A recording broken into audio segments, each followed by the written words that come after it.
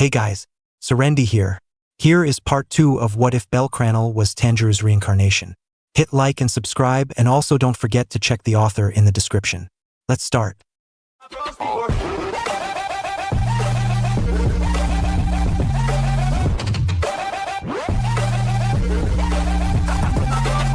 Chapter 4. Belle met up with Lily again. As they walked, Belle tried to come up with conversation topics, as he believed that he had slightly damaged the trust Lily had on him because he kept praying for the killer ants who killed Cedric Mello. So, Miss Arde, is it alright if we aim for the 9th floor again? He got kinda chewed out by Ina, but he threw the fact that his status was ready according to her own recommendation to her. She just muttered something about revising the old standard or something before she said yes half-heartedly. Lily didn't answer at first. She just looked at him with a serious stare. Master Belle. Lily did not get the chance to ask something yesterday because the atmosphere was too tense.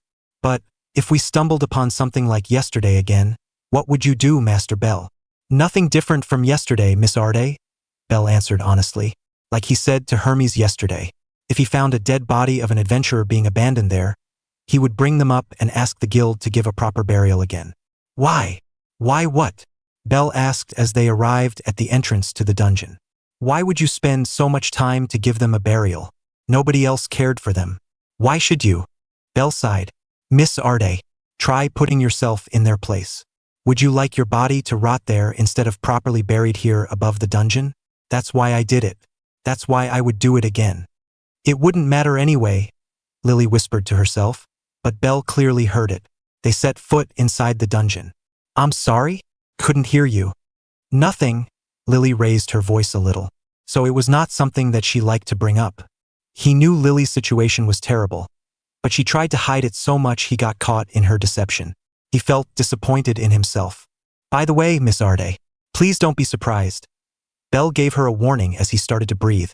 Using waltz, Belle killed a lot of goblins on the 1st floor. After he prayed for them, he looked towards Lily to see what her reactions would be. Instead of a surprise, she just had a look of barely restrained exasperation hidden behind an acceptance. The sort of, yeah, whatever, you would hear from someone past caring. Is it really that weird? Belle inquired after Lily finished plucking all the magic stones. You don't unlock an entirely new skill out of nowhere. You're an anomaly, Master Belle. And the worst part is Lily is beginning to accept it. She sighed, the hidden exasperation on full view. Ahaha. There was nothing else Belle could do but to laugh. Indeed, his dream was an anomaly. Nothing Lily said was wrong, so he accepted it and just laughed. By the way, Miss Arde, after this I am going to visit the graveyard. Would you join me? Lily took a minute to answer. Master Belle, is it all right if Lily declines your invitation? Belle frowned at the answer but understood that she might have other priorities. It was not her obligation. Heck, it was not Belle's obligation himself. He just wanted to pay respect for Cedric again today. Shaking his head, Belle answered Lily. It's okay, Miss Arde. I'm disappointed but understand. I hope, sometimes in the future, you have free time to visit the graveyard with me. Yes, he heard Lily replied behind him. The two continued their way to the 9th floor as their destination. On the way there, Belle found out the hard way that switching between Dance of the Fire God and Breath of Water for 10 minutes was tiring him out more than using one of them for a full hour. Lily had to bail him out using a magic sword once because his body was too tired to move out of the way. He grinned at the embarrassed Lily for saving him, although he couldn't hold back his laugh seeing Lily's embarrassment. After sufficient rest, the two continued their way, killing all monsters on their way. When they were on the 8th floor, though, somebody called Belle when he was praying for the monsters he just killed. That white hair, it was such a soft, delicate voice. It made a strange dissonance to Belle's ears because something that delicate should not enter the dungeon. Feeling called out, Belle finished his pray and looked towards where the unfamiliar voice was coming, although he felt like he had heard that voice before. Oh, Master Belle. Lily called him, but he ignored her. His mind was entirely preoccupied with the sight in front of her. Blonde hair shining in his mind, amidst the light of the dungeon. Golden eyes full of warmth in his mind, fully focused on him. A small smile on her lips in his mind, as she approached him, and Lily, of course, but she wasn't currently on his mind. He didn't even glance at the green-haired elf beside her. He was too mesmerized by the sight of the one that saved him. Greetings. Belle didn't hear what the other woman was saying. He was still staring at Ace Wallenstein. Master Bell. It's rude to stare. Lily pinched Bell's unprotected sides. The pain shook Bell out of his stupor. Ouch, Miss Arde. You were not paying attention when they are talking to you, Lily shouted angrily. Ah, is that so? I'm sorry. Bell bowed towards the two women. Since when were the beautiful elf there? Is there something that I can help with? Ace looked like she wanted to say something because she opened her mouth. The soft-looking lips moving caught Bell's attention. However, no sound came out. She hesitated and closed her mouth again. If you have something to say, you need to say it. The beautiful elf scolded the girl. You're the boy she saved on the 5th floor a week ago, then? Bell nodded. Yes, Miss Elf. Bell looked towards the ground in embarrassment. Thank you so much, Miss Wallenstein. It's rude to thank someone without looking directly in the face, I believe. Stern but fair, Bell remarked inside his mind. I am sorry. Miss Wallenstein. Bell looked at the blonde swordswoman. Thank you so much for saving me. Ace opened her mouth again. But what came out was not a reply to his thanks at all. Strong. Of course you're strong, Miss Wallenstein. In fact, but Ace shook her head softly. You are strong, ah. You think so? His face sported a happy grin. Being praised by the one you have a crush on was something else. Grandpa, your grandson was on his way to the popular phase. How? Bell blinked. What? I believe what Ace here is trying to say is how are you so strong that in a week you already went from being overwhelmed on the 5th floor to being single-handedly able to traverse the 8th floor? The elf asked him. Ace nodded beside her. And so Bell answered. I didn't do it alone. Miss Arde here supports me. He put his hands on Lily's shoulders and pushed her forward. Squeaking at being pushed into the limelight, Lily glared at him. Master Bell is joking. Lily didn't do anything at all. Everything Master Bell done, Master Bell has done alone. There she was again, being the submissive Lily. Was this her coping mechanism? Ina had explained to him that oftentimes supporters are discriminated against just for being supporters. She rarely showed a glimpse of her fiery personality, and to be honest, Bell liked it more than the Lily now. That's not true at all, Miss Arde. Even if we're talking technicality, you helped me cutting the time needed to get the magic stones and therefore increasing my efficiency. Lily ducked her head and pulled her hoodie down in embarrassment, covering her face. It's a nice gesture you did. The elf smiled, and it made her even more beautiful. However, that still didn't answer our question. Their conversation was interrupted by several angry-looking goblins coming towards them. I know you two can probably wipe them all in 5 seconds, but can you leave this to us? We need the magic stones, after all. Bell pleaded towards the two veteran adventurers. And no, it was not because it was his chance to look cool in front of his crush. There was nothing like that inside his mind. I agree, the elf nodded. It would yield nothing for us while it can be a source of precious experiences for you. Very well. Bell nodded. Thank you. With that, Bell prepared himself. If he wasn't so focused on his breathing, he would have noticed Reveria looking around, trying to look for the source of the weird sound. Dance of the Fire God. Waltz. Bell leaped and struck one of the goblins, instantly decapitating it. The trails of fire surprised the other goblins into action. Bell did not anticipate that, but their movement was honestly still slower than him, so he took the opportunity to chain up his waltz into another dance. Dance of the Fire God. Fire Chariot. He leaped above them and, as he somersaulted, struck at one of the goblins left. The flaming wheel did not easily subside and instead expanded, burning another goblin's. It shrieked in agony, but Bell quickly sliced its head, killing it. 2 more goblins left. Bell was jumped by another one from behind, but he sensed them in time and moved his body. Dance of the Fire God. Parhelion Rainbow. He twisted his body and moved out of the attack range. The goblin that attacked him looked confused because it struck his afterimage. Bell did not waste time cutting it down. Now there was only one left. The goblin was a monster. Therefore, it held no other emotion than hatred. So it slightly surprised Bell when the last goblin shrieked in anger. Maybe it was nothing more than a coincidence, but for half a second, Bell thought it was getting angry at him for killing his fellow goblins. That stopped his body on its track. But Bell soon regained composure when the monster began running towards him, and he killed it quickly to relieve them of the pain. Silence. As usual, Bell put his hand together and bowed his head, praying for all the goblins he killed. He heard the sound of fleshes being cut as Lily collected the magic stones. When he finished praying, he didn't really expect the 2 more senior adventurers to still be there. looking at him weirdly. Oh, he remembered that he hadn't answered their question yet. Miss Wallenstein, Miss Elf? He inquired, seeing as they still looked at him weirdly. Obviously, they are surprised by your strength, Master Bell. Lily snarked as she finished putting the magic stones inside the bag. I could be like that, but I feel that would just be wasting my own time and health of mind, so I just accept it. Strong. The green-haired elf nodded, still looking at him. I didn't believe it when Ace said you are strong. But indeed, I saw you here, and I saw you decimate 5 goblins with ease. For someone who's only been on the 5th floor 1 week ago, your growth rate is unnatural. How? Bell grimaced. Unfortunately, Miss Wallenstein, it's a familiar secret. In the end, this was the thing that came to mind as Bell killed the 5 goblins. He wouldn't explain his breathing technique and his sword style, nor his strange dreams to people outside his familia. That was what he had promised himself. Ace opened her mouth before she closed it again and frowned. I see. She then looked towards the ground, eyes full of disappointment. I'm sorry, Miss Wallenstein, Miss Elf. That's fine. Understandable. Every familia has its own secret that outsiders aren't allowed to know. Ace here is just sulking because she doesn't get what she wants. The elf had a slight smile on her face. Reveria Ace looked towards the elf with a frown. She then turned her attention on him. Bell? She titled her head. So cute. Yes, can we talk more? She looked at him with eyes full of hope. I'd love to, he replied enthusiastically.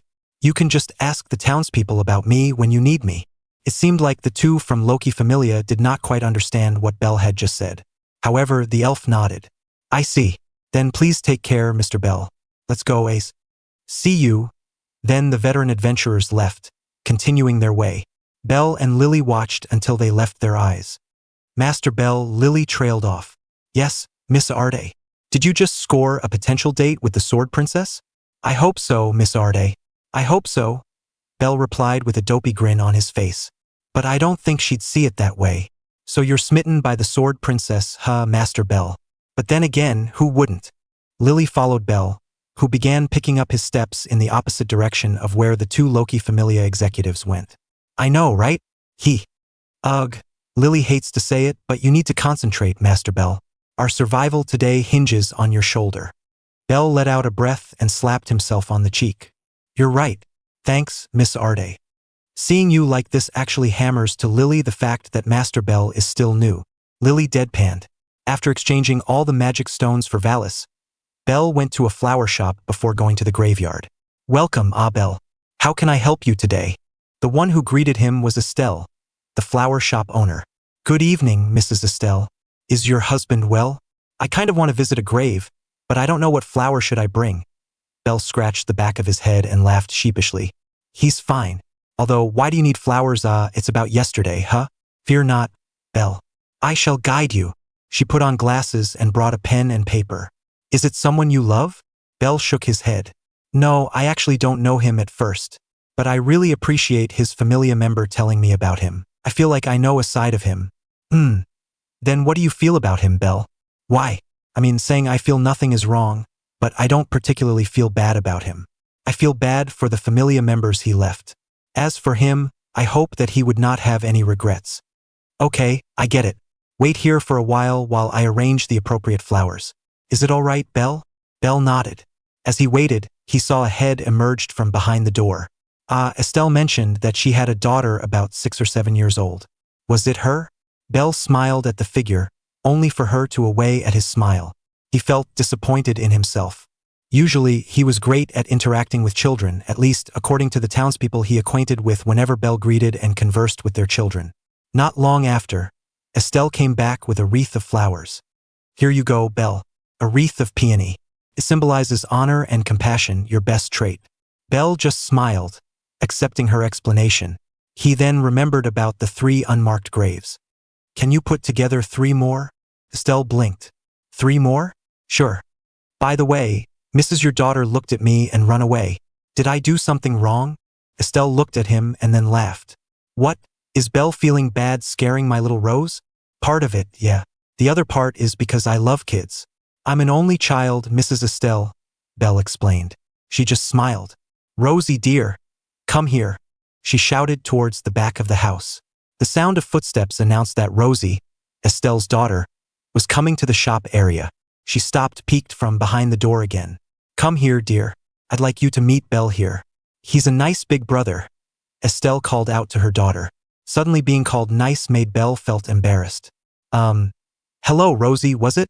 Belle greeted the little girl with a smile. It's nice to meet you. My name is Belle Cranel. Belle offered a hand to her. She shyly walked to them and took the hand. Good evening, Mr. Belle. Rosie, I had to arrange more flowers for Belle here. Can you give him company for a while? She nodded as Estelle left to get more wreaths. Belle was left alone with her daughter. So, Rosie, how old are you? Belle knew she was around 6 or 7 years old, but it was a nice opener that asked for a response from the conversation partner. I'm 7 years old. Is that so? I'm 14. Twice your age. Ehe. Mr. Belle, are you an adventurer? Rosie's eyes suddenly had stars on them. She looked at him like he was her new idol. I am. Are you striving to become one? Rosie? She nodded. I want to become an adventurer. Belle smiled. It was nice to see a child's enthusiasm for things they liked. However, Belle was reminded of the reason why he was in this flower shop in the first place. Why? That dropped the smile on Rosie's face. Am I not allowed? You need to ask that to your mother. I am just asking your reason. Why do you want to become an adventurer? She looked like she was thinking hard. I feel like I have to be an adventurer. That's why I want to be an adventurer. Ah, the simple mind of a child. How embarrassed he was when he remembered the things he said as a child. Let me give you an example, Rosie. You see, I have no father and mother. I was raised by my grandpa. One day he passed away, leaving me alone. I felt lonely. That's why I go to Ororio and join a familia. I want to have a family. What about you? Why do you decide you want to be an adventurer? She was thinking hard after listening to his explanation. It was so cute. Ah, if only he had a little sister of his own. Belle shook his head. If he had a little sister of his own, he would never leave her and come to Ororio, never meeting his goddess, Ina, Seer, Ryu, and others. He was satisfied by acting as the reliable big brother to his acquaintances' children. I don't know, she pouted. But I want to. It's okay, it's okay. I never said you couldn't. Belle tried to appease her. But think hard about it, promise? Pinky promise. She enthusiastically shouted, extending her pinky. Okay, okay. Belle took the pinky. Pinky promise. She smiled at him. All right, Belle. Here are the other 3 wreaths. Estelle came back with 3 more wreaths of peony. Huh? What are you talking about? She looked interested, seeing him and her daughter linking their pinkies. Ah, Mrs. Estelle. Thank you. How much for the flowers? 100 valis. Isn't that too cheap? Mrs. Estelle, I'd love to get a discount, but that is just too much of a discount. I can see that the flowers here are raised with care. I'm sure the intended recipient would love having your flowers there. That's why I wouldn't accept it. The two looked at each other, never straying their eyes to anything else. It was a contest of will between 2 strong-headed people. The first one to avert their eyes lose. After a minute, Estelle blinked and sighed. Fine. The original cost is 300 valis. I'll take anything as long as it's below 300. With a smile on his face, Belle gave her 299 valis. Estelle just grinned, seeing the number of valis Belle gave her. Cheeky brat. Mom! Suddenly Rosie jumped and hugged her mother. That reminded Belle of the times he always did that to his grandpa. Oh, how he still missed his grandfather. Big bro Belle and I made a promise. Suddenly Belle had a bad feeling. It was so sudden that it startled Belle a little. His intuition told him that the best move was getting away from the shop. Is that so? That's good. What is it about, dearie? Ryu's advice of trusting his feeling flashed in his mind. Well then, Mrs. Estelle, I'm going. Big bro Belle made me promise to think for a reason to become an adventurer. Before the door to the shop was closed, Belle heard it. Belle Cranel, come back here in an instant. His feeling was once again correct. Why yes. He froze in his step and turned back towards the angry mother. He was too late to react once again and paid the price for it. Can you explain why did you fill my lovely daughter's head with a delusion of grandeur? Well, the calmness after her angry shout was really scary. Was this how it felt to face a mother? He had never felt it from his real mother. But just facing this sort of calmness was unnerving. And it was coming from an acquaintance, not a real family member. As she was waiting for his answer, he looked towards the daughter in question. who only blinked and smiled back at him. Ma'am, I didn't tell her anything. She insisted that she wants to be an adventurer. As I am not a family member, I had no right to tell her yes or no, so I only told her to think of a good reason. Belle answered her, his mouth moving so fast. It took Estelle a few seconds to grasp what Belle said. She then sighed and looked down at her daughter. Rosie, what did I say about your dreams? Feeling that her mother was scolding her, Rosie looked down before answering. That it was just a dream, and I don't need to follow it? So why do you still want to be an adventurer? Big Bro Belle said that I need to find my reason. If I found it, will you allow me, Mom? Rosie looked at her mother, trying to appeal with a cute look and request. With another sigh, Estelle replied to her daughter. Look, Rosie, I know you really want to become an adventurer, but please don't bring this up again until you're older. I have too many reasons to deny you from becoming one, but I know you won't understand it as you are now. Belle saw Rosie was about to throw a tantrum, so he interjected. Mrs. Estelle, Rosie, I have an idea.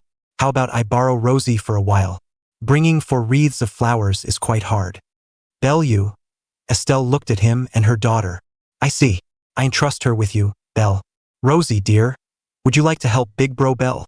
She nodded enthusiastically. I want to. Belle gave 2 of the wreaths to her. Follow me, Rosie. Keep her safe, Estelle shouted after they left the flower shop. Where are we going, Big Bro Belle? Rosie asked with a hopeful expression as their steps brought them away from the shop. To the adventurer's graveyard. I want to pay respect for several people there, Belle answered without sugarcoating anything.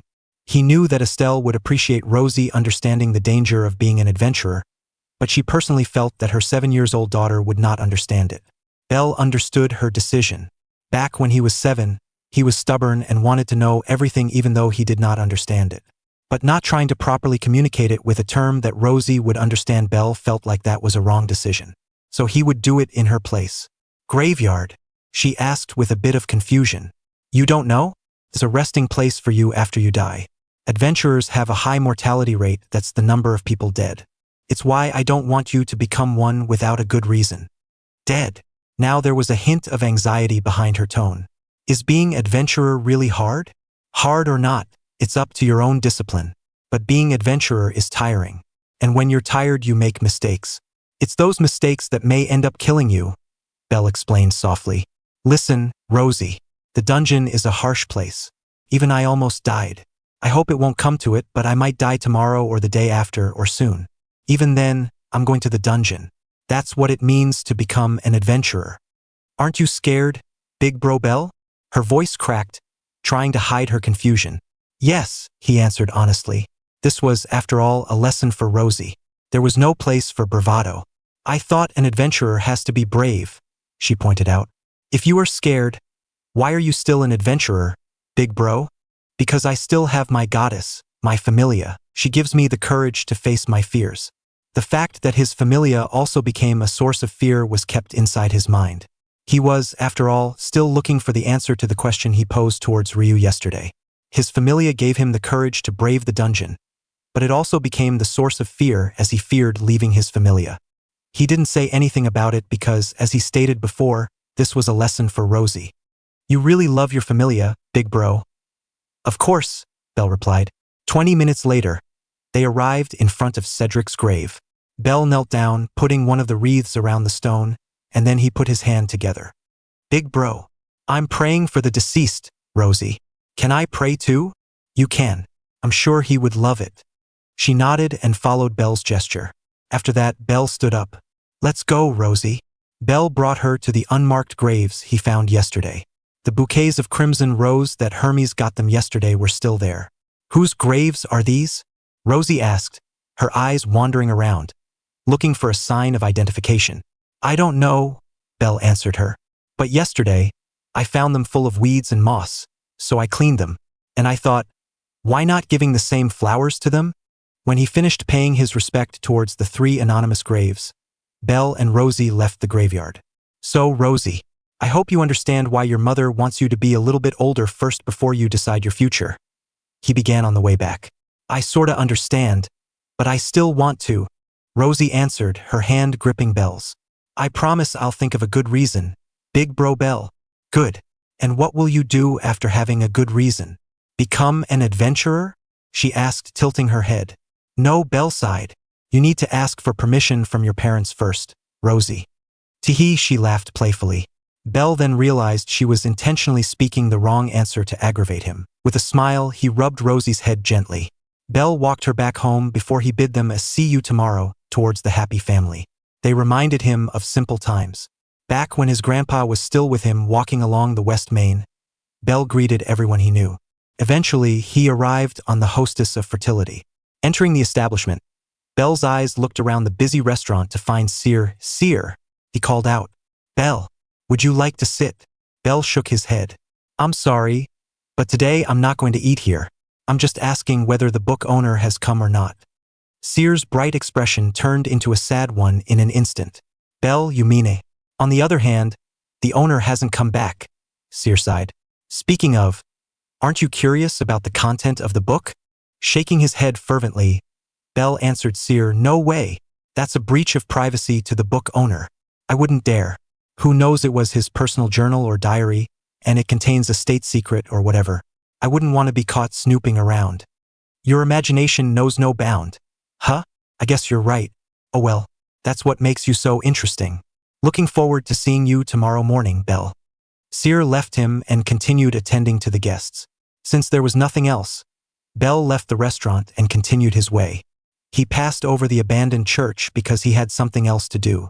When he and Lily exchanged the magic stones and drop items, he got a little crash course about some things Lily knew about drop items. Usually, he just sold all of them away, but one of the things Lily explained caught his attention. Apparently, he killed some pretty rare monsters called Blue Papilio, and they dropped some items. The drop items were their wings. From Lily's explanation, Blue Papilio wings were quite precious because it was a valuable ingredient for potions. He decided to keep them for a reason. Walking along the back streets, Belle arrived at his destination for the day, Blue Pharmacy. It was a shop run by Mayak Familia, a really kind god. On his earlier day in the dungeon, Mayak always gave him free potions, so he felt like paying back his kindness by giving the wings to them. Entering the shop, he saw Naza, the sole member of Mayak Familia, handling the shop. Welcome. Oh, Belle? What can I do for you? Naza greeted him indifferently. Good evening, Miss Naza. Actually, I'm not here to buy anything. Belle took out the bag containing the Blue Papilio wings and put it on the counter. I got these drop items today, and I heard it's an ingredient to make potions. So I thought, why not give these to you? Naza gasped when she saw 3 pairs of Blue Papilio wings. Belle, this is how much for this? Belle blinked. I did say I want to give this to you, right? No need for any payment. I consider this a payback for Lord Mayaka's kindness to me when I first entered the dungeon. He always gave me some free potions. Naza looked stunned. He didn't know if it was because he gave them for free or because of her patron god act of kindness towards him. Seconds later, Naza sighed and took the bag. Thank you, Belle. Though Lord Mayak always did as he liked, she grumbled a bit towards the end. If I found them again, I'll give it to you again. Okay? No. I couldn't impose. Belle shook his head. You're not imposing. I see it as me giving you kindness because you gave me kindness before. Naza looked at him. You are something else, Belle. You're not fit to be an adventurer. She shook her head. Thank you for this. I won't waste it. Give my regards to Lord Mayak, Belle said as he left the shop. Later, when Mayak arrived home, his beloved child suddenly berated him about giving people free stuff. Again, he took it with a smile. But for some reason, Naza stopped there. Usually, she made him promise to not do it again, but not today. When he inquired about this, Naza just gave him one of her rare smiles and thanked him for being such a kind god. He didn't know what brought this on, but he was very grateful. Something just made Naza so happy that she smiled. She blushed hard when he thoughtlessly said she needed to smile more often because it showed her beauty. Her god was indeed a dangerous man. A few minutes later, Belle arrived home. He saw his goddess sitting on the sofa. Belle, I've got the answer to your dreams. That announcement brought a smile to Belle's lip. Really, goddess? But there was no smile on her face. That told Belle how seriously she viewed the situation. But Belle, she trailed off, looking at him with teary eyes. I don't like it one bit. Belle sat down near his goddess, offering comfort. Without waiting, she embraced him. Belle, she looked up towards him. Goddess, Your dreams, Bel, hanging on to all of the words coming out of Hestia's mouth. They are fragments of your past life. And suddenly, it all clicked for Bel. Why he had those continuous dreams, why he suddenly knew everything that the boy knew. He learned 2 new sword styles just from seeing them and recalling them from his dreams. His body remembered the movements because his past self knew all about it. But, goddess, he thought reincarnation wiped out all of the previous life's memories. Mayak and Hephaestus think it is some kind of botched reincarnation for you to remember of it, Bel. So there was still no definite answer. A maybe answer, but not a definite one. But Bel would take it over any other theories. Still, Bel's mind wandered towards the back of the boy in his dream. Did this mean that those back were not unreachable? That one day he could also stand there together with him? Bel! A teary-eyed Hestia shook him out of his delusion. Can you promise me that you won't change? I don't understand. You've changed, Bel. Ever since you got that skill, you've changed. There was a short silence as they avoided looking at each other. I feel like I don't know you anymore, Bel. I feel that there is some kind of distance between us ever since you had your dreams. Hestia began, explaining her request. It's hard to describe. The closest thing I can say about you is that you matured. So fast. Goddess, Bel disagreed with her last point, but he understood her general sentiment. Ever since he dreamed about the boy more than a week ago, he began looking up to the boy and tried to emulate the tidbits of things that made him great in Bel's eyes. His kindness, his empathy, his understanding of his duty. To everyone else, it might look like that he matured suddenly. But to Bel, he had not matured at all. It was all just an imitation. I'm afraid that you knowing the truth would just distort yourself even more, changing you into someone that I can't recognize. Hestia finished, finally letting out the fears inside her. Then why, at this, Hestia looked at him with an annoyed expression. We made a promise, didn't we? As a familia? That put a smile on Bel's face. Thank you, goddess. I can't promise you I won't change. My dreams are my aspiration. I only told you a little about the boy in my dream, but I idolize him. That's why you see me changed this past week. I tried to follow in his footsteps. Bel then looked towards his goddess.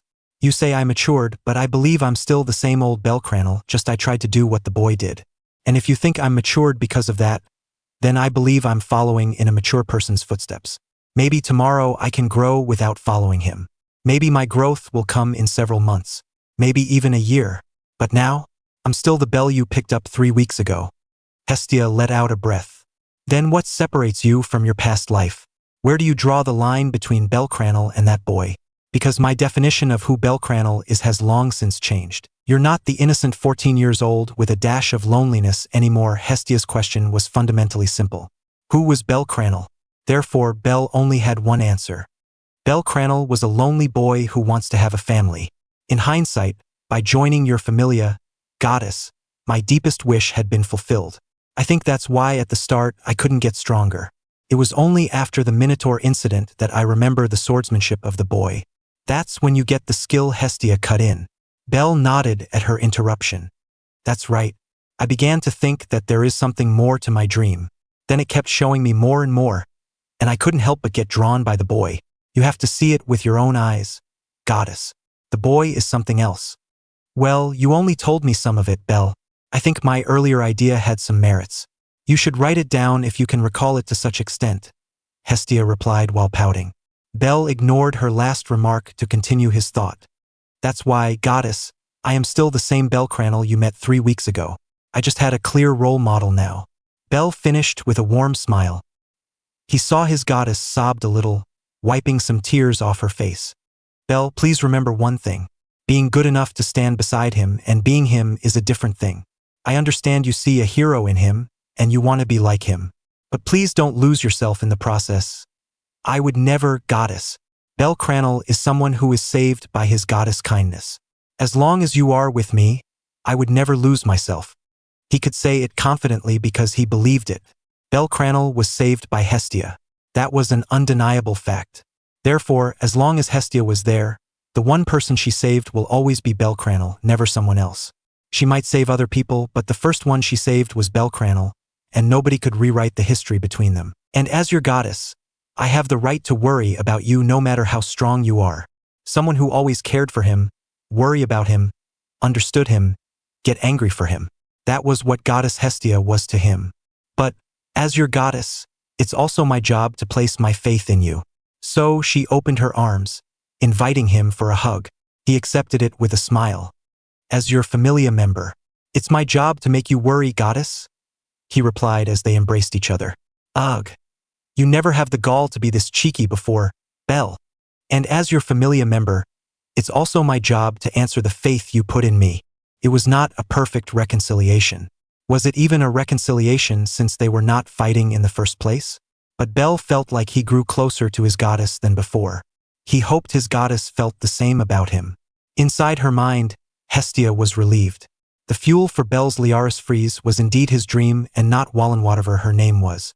Because if it was the latter, if she somehow rejected Belle, then she feared Liaris freeze would not be active anymore. Belle had indeed changed, but she should not have used the god's measure. He changed for the better, and she should be happy with him. Their savings were increasing. Their dream of buying a house was one step closer every day. The next morning, Belle found himself walking towards the hostess of fertility after he finished his morning run. He greeted everyone he acquaintanced with on the way and saw Ryu doing her training. Miss Lion, good morning. Is Seer inside? She stopped her motion at his voice and wiped the sweat off using her free hand. Good morning, Mr. Cranel. Yes, she is. Will you train with me again today? Ryu asked him. Yes. Please wait a minute. Belle passed her and went inside the restaurant. He saw Anya cleaning a table, so he approached her. Good morning, Miss Anya. Is Seer around? Naya. Oh, it's white hair Naya. SYYYR. White hair is here. She then continued cleaning the table. Just wait for her here, Naya. From the kitchen, he saw Seer came out and quickened her pace towards him. Morning, Belle. What can I do for you? Has the owner of the book come? He asked the same question again. Seer pouted at his question. No, Belle. Nobody has come. Is that the only thing in your mind? Not really, but imagining him losing a precious belonging, doesn't that makes you want to make sure it comes back to the owner? Seer looked at him strangely before she beamed at him. You're right, Belle. But we can't do anything about it unless the owner came back. True, Belle frowned. They couldn't do anything exactly because the owner hadn't come back for the book. Could it be that the owner forgot about it? Seer gasped. You might be right, Belle. If it's true, why don't you keep it for yourself? Belle shook his head. We should give it to proper authorities. It's not right to take others' belongings. There was a strange expression on Seer's face. I think we should wait for a while. Maybe tomorrow the owner will come. Belle blinked at Seer's suggestion. That was quite sudden. I hope you're right. By the way, Belle, Seer changed the subject of the conversation. Yesterday, that was Lord Hermes, wasn't it? I never knew you are acquainted with him. I am acquainted with a lot of people, but I only met Lord Hermes 2 days ago. Why is he interested in you? Belle shrugged. I don't know. Don't you find it strange? She whispered to him. Not really, Belle replied to the question. I mean, I can't claim to be close with the townspeople, but I know them. There's nothing strange about getting closer to people by increasing your interaction with them. Look at the two of us. You and I are getting closer, right? Seer blushed. Teach that's oh my, Belle, you charmer. She hid her face behind her empty tray. I didn't intend to mean it that way. Belle looked apologetic, but my point still stands. I guess she trailed off. Why do you ask about him? Anyway, no particular reason. I guess I'm just worried about you. Seer looked at him with a smile. Thank you for worrying about me, but I trust my goddess. Seer blinked in confusion. What? My goddess is a good person. Therefore, the people she surrounded herself with, no doubt, are also good. Belle answered without hesitation. He actually asked about Hermes to Hestia. While she said he was sometimes shady, she never outright asked Belle to distrust him. So he treated him as if he treated everyone he was acquainted with. Slowly, a broad smile appeared on Seer's face. Ah, Belle, that's so cute. You really trust your goddess, huh? Belle blushed and averted his eyes after being called cute. It's only natural to trust your family member, right? Indeed, seconds later, Seer was called by Mamma Mia. So Belle gave her a see you later before he exited the establishment and went towards Ryu. Have you finished your business with Seer? Belle nodded, getting into position on the opposite of Ryu. Oh ho, looks like we're not late, Asfi. But before they could clash blades, Hermes' voice interrupted them. Indeed, when Belle looked at the source of the voice, he saw Hermes grinning with his usual feathered hat, with the woman he saw yesterday behind him. Apparently, when he asked Ina yesterday, She was the captain of Hermes Familia, Asphi L. Andromeda, titled Perseus. She was one of the famous item makers in Rio. Good day to you, Cranel. I'm sorry about my god.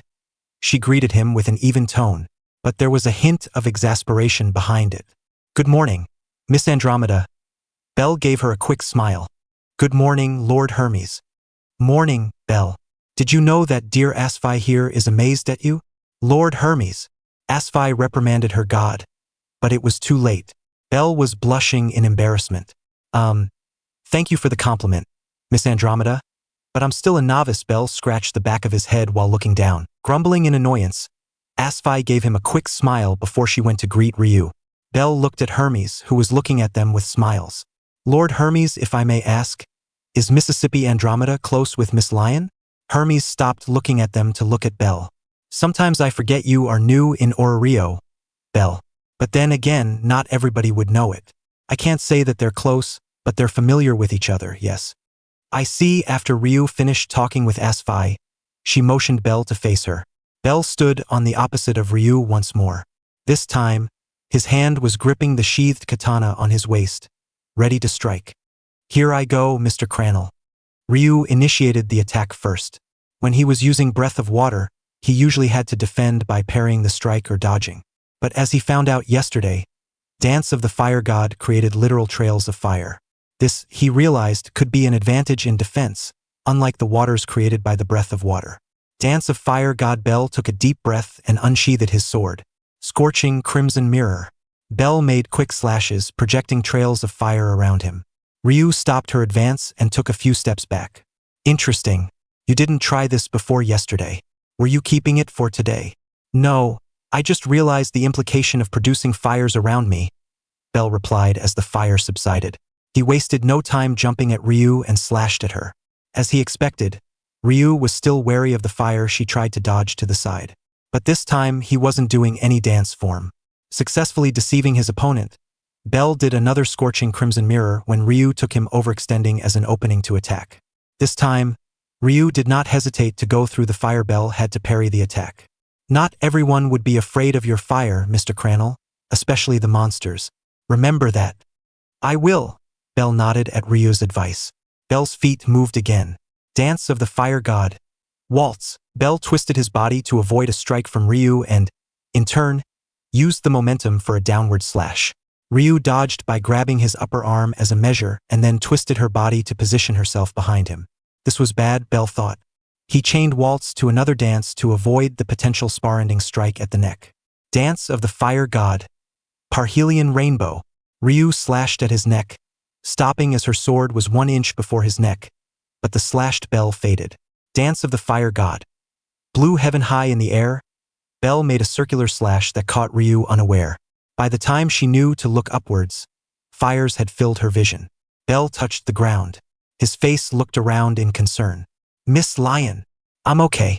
I have to confess that caught me off guard. If I kept holding my speed back there, I would have burnt to crisps. This round goes to you by virtue of me breaking the limit I put upon myself. Ryu replied him, untouched by the fires.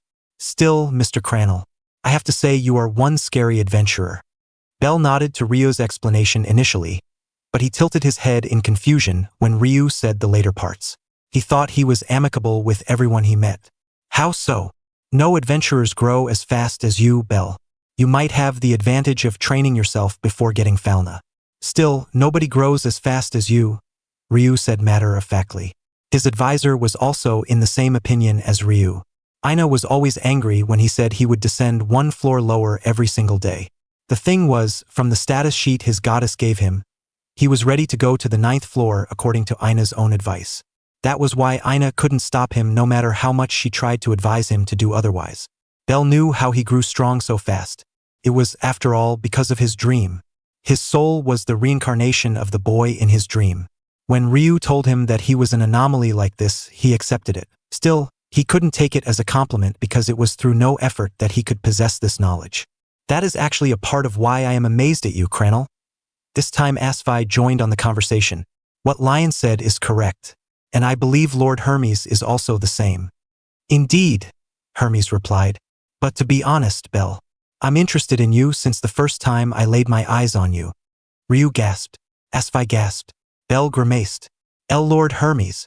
What? Wait. I did it again. No. I didn't mean in that way. Hermes tried to defend himself. No. I met Belle cleaning a random dirty graveyard. That's when my curiosity is piqued. As Hermes continued comically defending himself, Ryu looked at Belle and Hermes and Asfi, and back at Belle again. Something was on her mind, Belle definitely knew, but as for what it was, Belle knew nothing. Belle, keep your vigilance.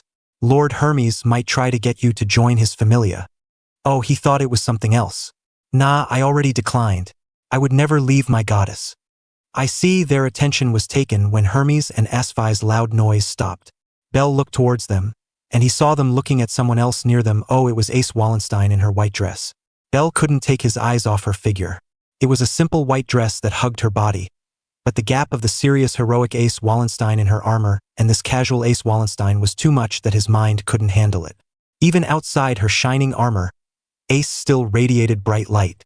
In his mind, her golden eyes reflected the morning light. In his mind, the lustrous blonde hair glittering under the sun. In his mind, it was such a perfect sight for sore eyes. He never blinked as his eyes took sight of Ace's figure. Just like before, his mind did not register anything but the figure of Ace. He didn't even realize Ace was talking with Asfi and Hermes for a while before she greeted Ryu and then faced him. Good morning. Good morning, Miss Wallenstein. I didn't really expect to meet you here.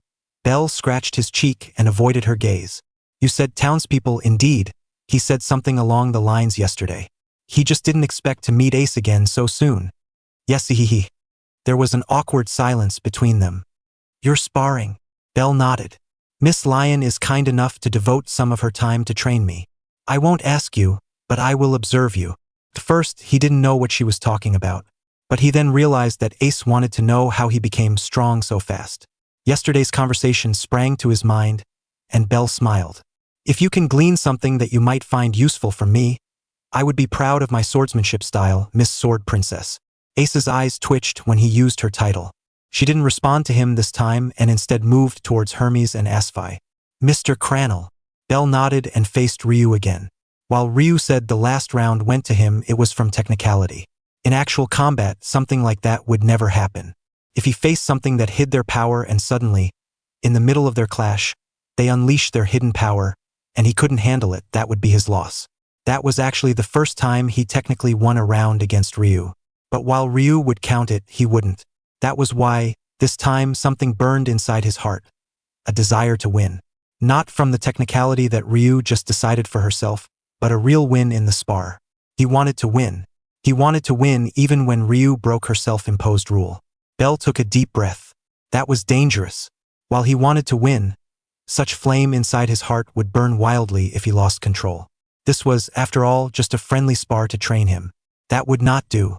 So to temper his desire, this time he decided to use breath of water. Ryu, who was familiar with his styles, suddenly furrowed her eyebrows seeing him changing his stances. Darting forward, Belle took a breath. Breath of water. First style. Water surface slice. A simple slash accompanied by trails of water was coming towards Ryu. She parried the strike and bore the small impact of the water. Wary of any counterattack, Belle jumped backward before Ryu could unleash it. However, his reading of Ryu's intent was read through. Ryu did not counter and instead followed him, keeping a close distance. She made a quick thrust that Belle couldn't dodge. Instead of parrying it, though, Belle decided to take it as it was striking his shoulder. Belle's body was thrown backward, but he used the throw's momentum to twist his body. Trails of water were forming around the sword, and Belle continued twisting his body to gather more momentum. Ryu was wary, of course. She did not try to attack him. However, she soon realized that letting Belle gather more momentum would be disastrous, so she jumped towards him to disrupt his next move. Belle saw her coming and finally unleashed the slash. Breath of water, 10th style, Dragon of Change. It was, frankly, just a normal powerful slash that Ryu could dodge. However, he would be surprised if Ryu could avoid the next thing. The trails of water formed a visage of a dragon, and it followed Belle's slash, roaring silently as it headed towards Ryu. Indeed, Ryu avoided the slash, but she had no way to escape the dragon. It struck Ryu from the side, and Ryu's body was thrown by the impact. Did I win? Nobody there answered him. The spectators were too stunned to respond to Belle. He saw Hermes widened his eyes before he tipped his hat and smiled. Beside him, Asfi was looking at him and the wet Ryu figure on the ground with her mouth opened in surprise. Bell turned his attention to Ace. She was looking at him thoughtfully, taking every single movement of his body. When she said observe, she really meant it. Her eyes never once left his body to check on the downed Ryu. So this was a first-class adventurer's focus. Huh? His attention then drew towards Ryu, who was trying to stand up. Bell tried to avert his eyes from her drenched body.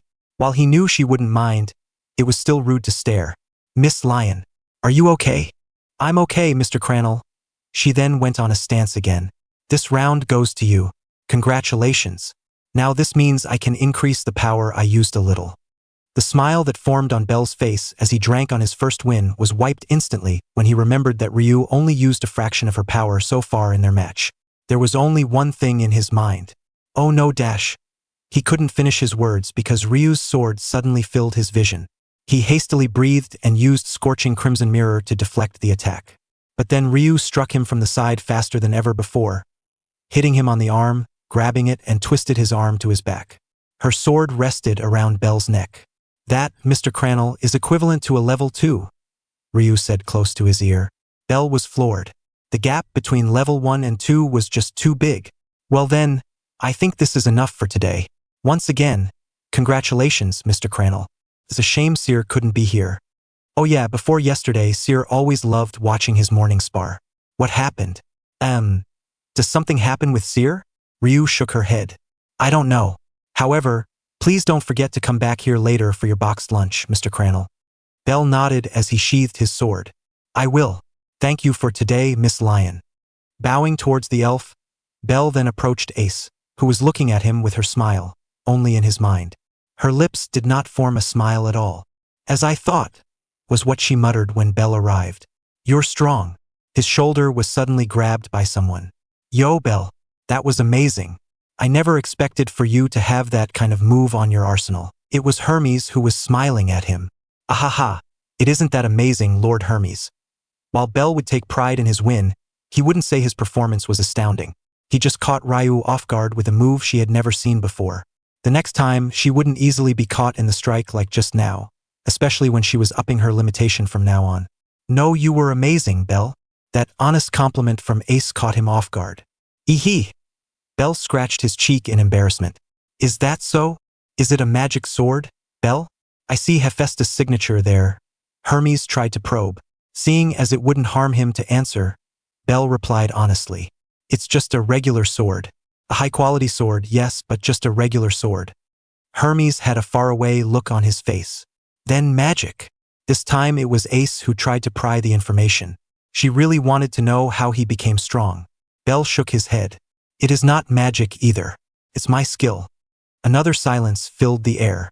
If you're not Hestia's, I won't hesitate to snatch you up, Bell. I suggest you keep it to yourself. Hermes gave his advice before he released his grip on Bell's shoulder. Well then, see you tomorrow, Bell. Enjoy your date with the Sword Princess. The last comment did not fail to fluster Bell. Lord Hermes. He just heard a big laugh coming from the man. His familia captain bowed towards him and Ace in apology before hurriedly following her patron god away from Bell and Ace. Ugh. That Lord Hermes, even if it's only a joke. That was too far. Bell grumbled to himself. He then looked towards Ace, who looked back at him. Another awkward silence fell between them. So what can you get from my swordsmanship, Miss Wallenstein? Not trying to be vain, but as I said before, I would be proud if you can take something from it. It's different. But Ace tried to find her words. I have a feeling we are similar. Oh no. Being called similar by the Sword Princess herself. Him. A lowly level 1 being called similar to Ace Wallenstein. It was too much for Bell. His face reddened in embarrassment. Bell had no way to understand that Ace was referring to his sword style being supported by fire and water, just like hers was supported by wind magic. Would you like to spar? Bell gasped in amazement. Here was Ace Wallenstein, offering to spar with him. Not now, she continued, but later. He nodded fervently. It would be my pleasure, Miss Wallenstein. Good. Ace nodded. See you, Bell. See you later, Miss Wallenstein. Ryu shook Seer's body. Bell had gotten the attention of Lord Hermes and even the Sword Princess. She needed to take the matter seriously before somebody snatched Bell up. What Rio did not know was that Seer was contemplating something else. Ugh. If it wasn't for Lord Hermes, now Ace Wallenstein too? Give her a break. May was shrieking at Ryu and Seer as the meat Seer cooked burned again. Wandering around his familiar home, Hermes sneezed. A concerned member asked if he was sick, but he just laughed at him and said that somebody was probably cursing him or something. More importantly, he needed to make an important visit to someone. He wondered what tales he should bring to shake that old god. What kind of expression would he get when he told the old man about his precious grandson? Chapter 5. Belle was looking for Lily in the usual place they met up, but she wasn't there for some reason. Since she did not mention anything about not going to the dungeon today, Belle was sure she wouldn't like it if he went alone. Lily was, after all, a supporter, and their share was usually minimal from what Ina had said. While he offered more out of kindness, he knew she was beginning to depend on him for a higher income. After 2 more minutes of waiting, Belle asked the people if they saw a palum or a chiantrope, if she was still disguising herself. He didn't understand why she kept putting on the chiantrope disguise, with an enormous bag around. He knew many people, so while it was a little bit of a stretch, he hoped they could help find Lily for him. As he finished talking with the people he knew, he took a small rest at one of the benches. It was then that someone approached him because a shadow covered the sunlight. "Hey!" The unmistakably male voice greeted him. "Heard you're looking for a palum girl with a huge backpack. She stole something from you too? Serves you right for playing hero." Belle looked at the approaching man. It was the same man that he met in the alleyway before. The one he got into a small fight with before Ryu interrupted. Then Belle processed his question. At that moment, he understood. He understood why his senses said that Lily was bad news. Lily was a supporter who stole from the adventurer she contracted to. When she approached him, she was making him her new target. And yet, for the past few days they had been together, Lily did not do anything suspicious, nor did she take anything from him. He did not know why, but he was grateful to Lily. She had taught him things about the dungeon like Ina did, but Lily's was a direct lesson in the dungeon instead of a classroom lesson like Ina, so it was more exciting. When he did not answer, the adventurer looked at him before he clicked his tongue. "TCH, keep playing dumb all you want. Sooner or later, you'd understand." When the man decided to leave, Belle called out to him. "Wait, what? Maybe she stole something from you because you treated her like a pack mule instead of a person she is." Belle smiled. To him, it was a simple conclusion. Lily was kind to him because he was kind to her. Yet another proof of his personal belief. The adventurer gritted his teeth but held himself back from assaulting Belle. Belle replied with a smile, and that only made him angrier. He stomped his way away from Belle. What an ungrateful man. "Master Belle." He heard Lily's voice calling for him. She was standing away, looking at him thoughtfully. "Lily, heard you are looking for Lily?" "Ah yeah. I waited for a while and you hadn't shown up, so I asked the people for you." Belle scratched the back of his head and laughed. "You didn't say anything about not going to the dungeon today, so if I just go alone, that would be disappointing for you, wouldn't it?" "Yes, thank you, Master Belle. Shall we go?" Lily started to walk towards the dungeon. Belle followed her but did not take steps to overcome her. He was thinking about the frown that marred Lily's face as she thanked him just now. He had a bad feeling. That adventurer Lily's own demeanor just now gripping his sword's sheath. Belle resolved himself to weather whatever would happen. In front of Belle, Lily was contemplating some crucial things. Belle was looking for a palum or a chiantrope with a big bag. He knew. All this time, Belle never fell for her deception. Why didn't he say anything? Was he suspecting some things? Also, that guy who approached him, that was one of her previous contractors, wasn't he? She remembered stealing something from him. Why did he come to Belle? No, she told herself. Whereas other adventurers always looked down on supporters like her, Belle never did it. Belle was different. He was different from other adventurers. Right? Inside the dungeon, as usual, Belle was quickly hacking through the monsters on the upper level. However, unlike the usual, Belle did not pray every time he cut down a monster. No. Today, Belle was trying to keep up his guard as much as possible. Apparently, to Lily was such a strange sight because as she collected the magic stones from the monster's corpse, she mentioned it. "Master Belle, you did not pray." She pointed it out. "That's unusual." Well, he did not want to say the truth, fearing that something would trigger even more bad feelings. After all, it was still flaring even when they entered the dungeon, and it was still flaring now. "There's not a meaningful gesture, but I've prayed enough for this week." Hopefully, this excuse was enough to get Lily off his back about his praying. they continued to descend. Bell had outlined his intention to go to the 10th floor today, and Lily had agreed. But to be honest, he did not know if they could reach the 10th floor today. Not for the lack of effort, but because with each step, the bad feelings just grew and grew. It came to the point that Bell had to take a break when they were on the 6th floor. Groaning, Bell leaned on the dungeon wall for support. He knew it was a bad idea since the monsters were born from the wall, but he simply had to do it because he couldn't take it anymore. His breathing wasn't erratic. He was still in control and breathed normally, no interruption to his breathing rhythm. But Master Bell? What's wrong? Bell didn't answer. He just gestured to Lily to not approach him. Master Bell, is this serious? He put up his hand to prevent Lily from approaching closer. The reason was apparent a second later. Bell threw up his breakfast to the cold dungeon floor. Master Bell, is it poison? Lily doesn't remember we encounter any poisonous monster today. Lily rummaged her bag for an antidote. Indeed, the two hadn't met any poisonous monster today. And yet, Bell threw up. He guessed that this was a form of his bad feelings. It didn't go away and forced his body to react, driving him away from the depth of the dungeon. After another threw up, Bell wiped his mouth and stood up. Master Bell? Should we go back? Bell did not give a visible answer. I'm sorry, Miss Arde. I don't know why this happened. Lily offered a bottle of antidote. Poison in your food? Anyway, please take this antidote, Master Bell. Bell nodded and took the offered antidote. After gulping it down, Bell looked back to the path they had traversed before. His feelings flared even more than before. That actually got his attention. Why would go back now more dangerous than continuing down? Master Bell. Nothing, Miss Arde. Let's continue. That surprised Lily. Master Bell, do you seriously want to continue with your condition? He couldn't say that it was the better alternative according to his feeling. No way would Lily trust that, so he presented a stubborn front. I want to reach the 10th floor. Lily sighed. If that's what you want, Master Bell. No, that was not what he wanted at all. Bell wanted to go back, but for some reason, after his feeling forced his body to react to prevent him from going down, suddenly it changed. Now it was going back up that was more dangerous. If insisting on going down forced his body to react and threw up, he did not want to think what would happen to him if he insisted on going back to the surface now that his feeling changed. As they continued, there was no more oppressive feeling going forward. It indeed was the correct choice, although Bell still didn't understand what changed in between their break. Once or twice, Bell stopped and looked back to confirm his feelings again, but it didn't change anymore. Going back was still the wrong choice according to his senses. At least, Bell thought to himself, he wouldn't throw up again today if he just continued following what his feelings told him. They arrived on the 10th floor without any more incident.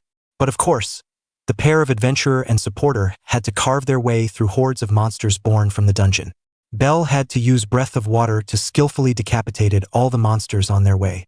When they stepped foot on the 10th floor for the first time, the monster that greeted them was an orc with a long wood in its grip.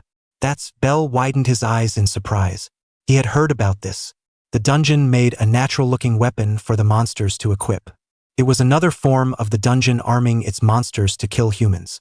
Although the imagery shown in the book Ina told him to read was not as menacing as the colossal figure in front of him. Bell jumped, gaining distances between him and the monster. Taking his swords out, Bell tried a simple water wheel to gauge the monster's strength. The circular water hit the orc, but it did nothing but making it angrier. With a roar, the orc swung the makeshift wooden bat it held towards him.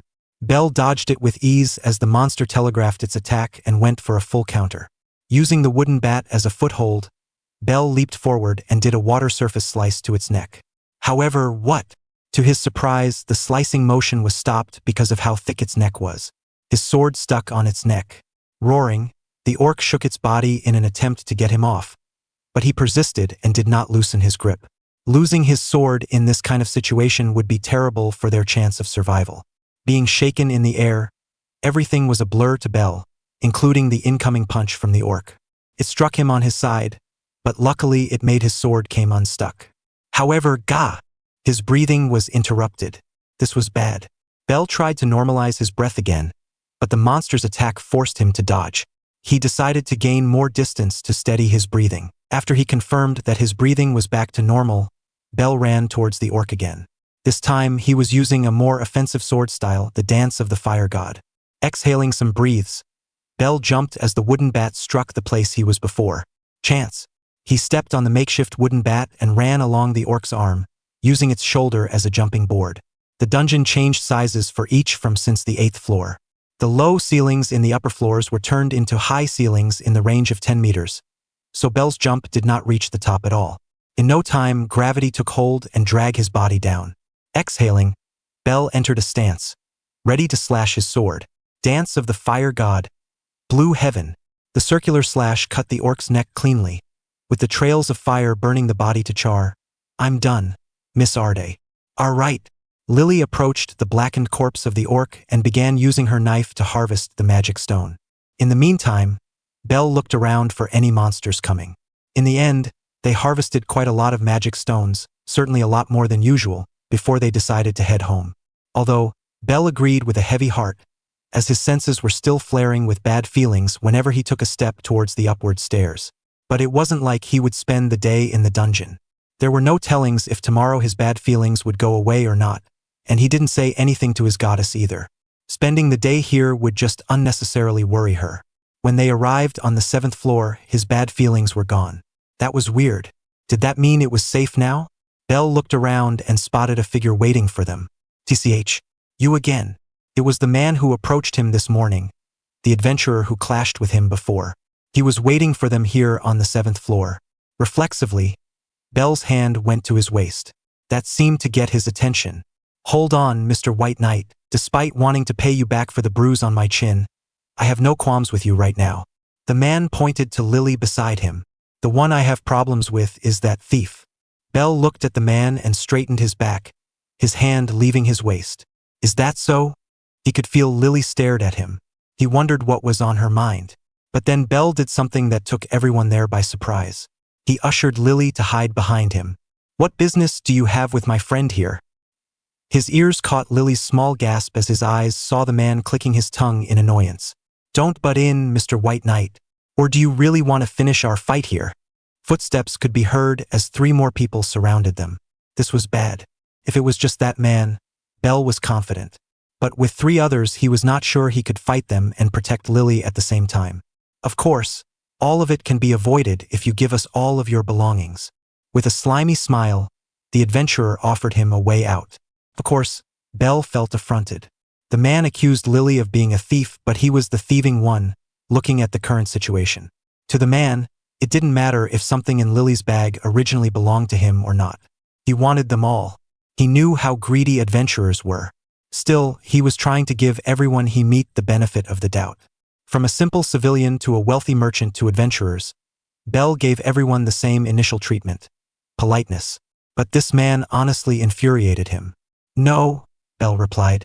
We might accept your offer if it was originally yours, but you wouldn't get anything less or more. Huh?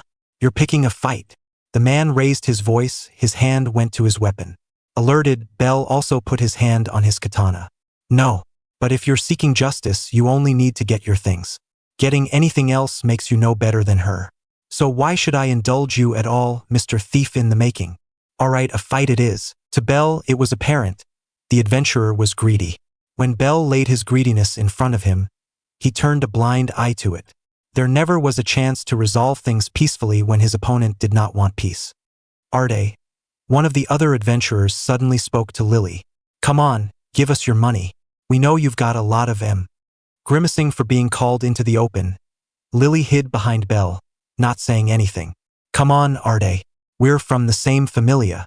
We should always help each other. Hearing that, Bell gritted his teeth. What a good familia member you are. Asking help from Miss Arde now of all times. Where were you when she had her own hardships? Same familia? Don't joke with me. To be honest, Bell had no intention to get emotional over being confronted by other adventurers. However, when one of them revealed that they were from the same familia as Lily, it made his blood boil. To him, a familia was as important as a genuine blood family. Seeing some of the guys that abandoned Lily trying to take advantage of her was just too much for him to keep his calm. Whoa, slow down, Mr. White Knight. This is a familia matter.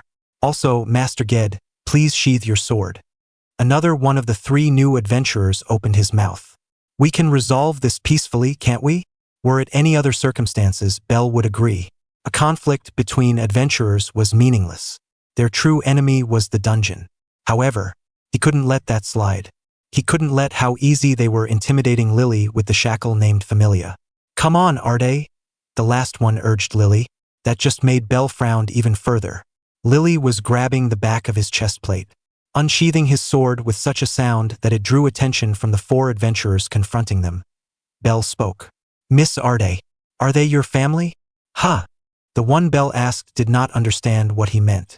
They are from Soma Familia, the same Familia with Lily. That doesn't answer my question, Miss Arde. Are they your family or not? He could feel Lily stared at his back, contemplating his question. After a while, she finally answered. No, they are not Lily's family at all. Lily hates Soma Familia. Lily wants to go out.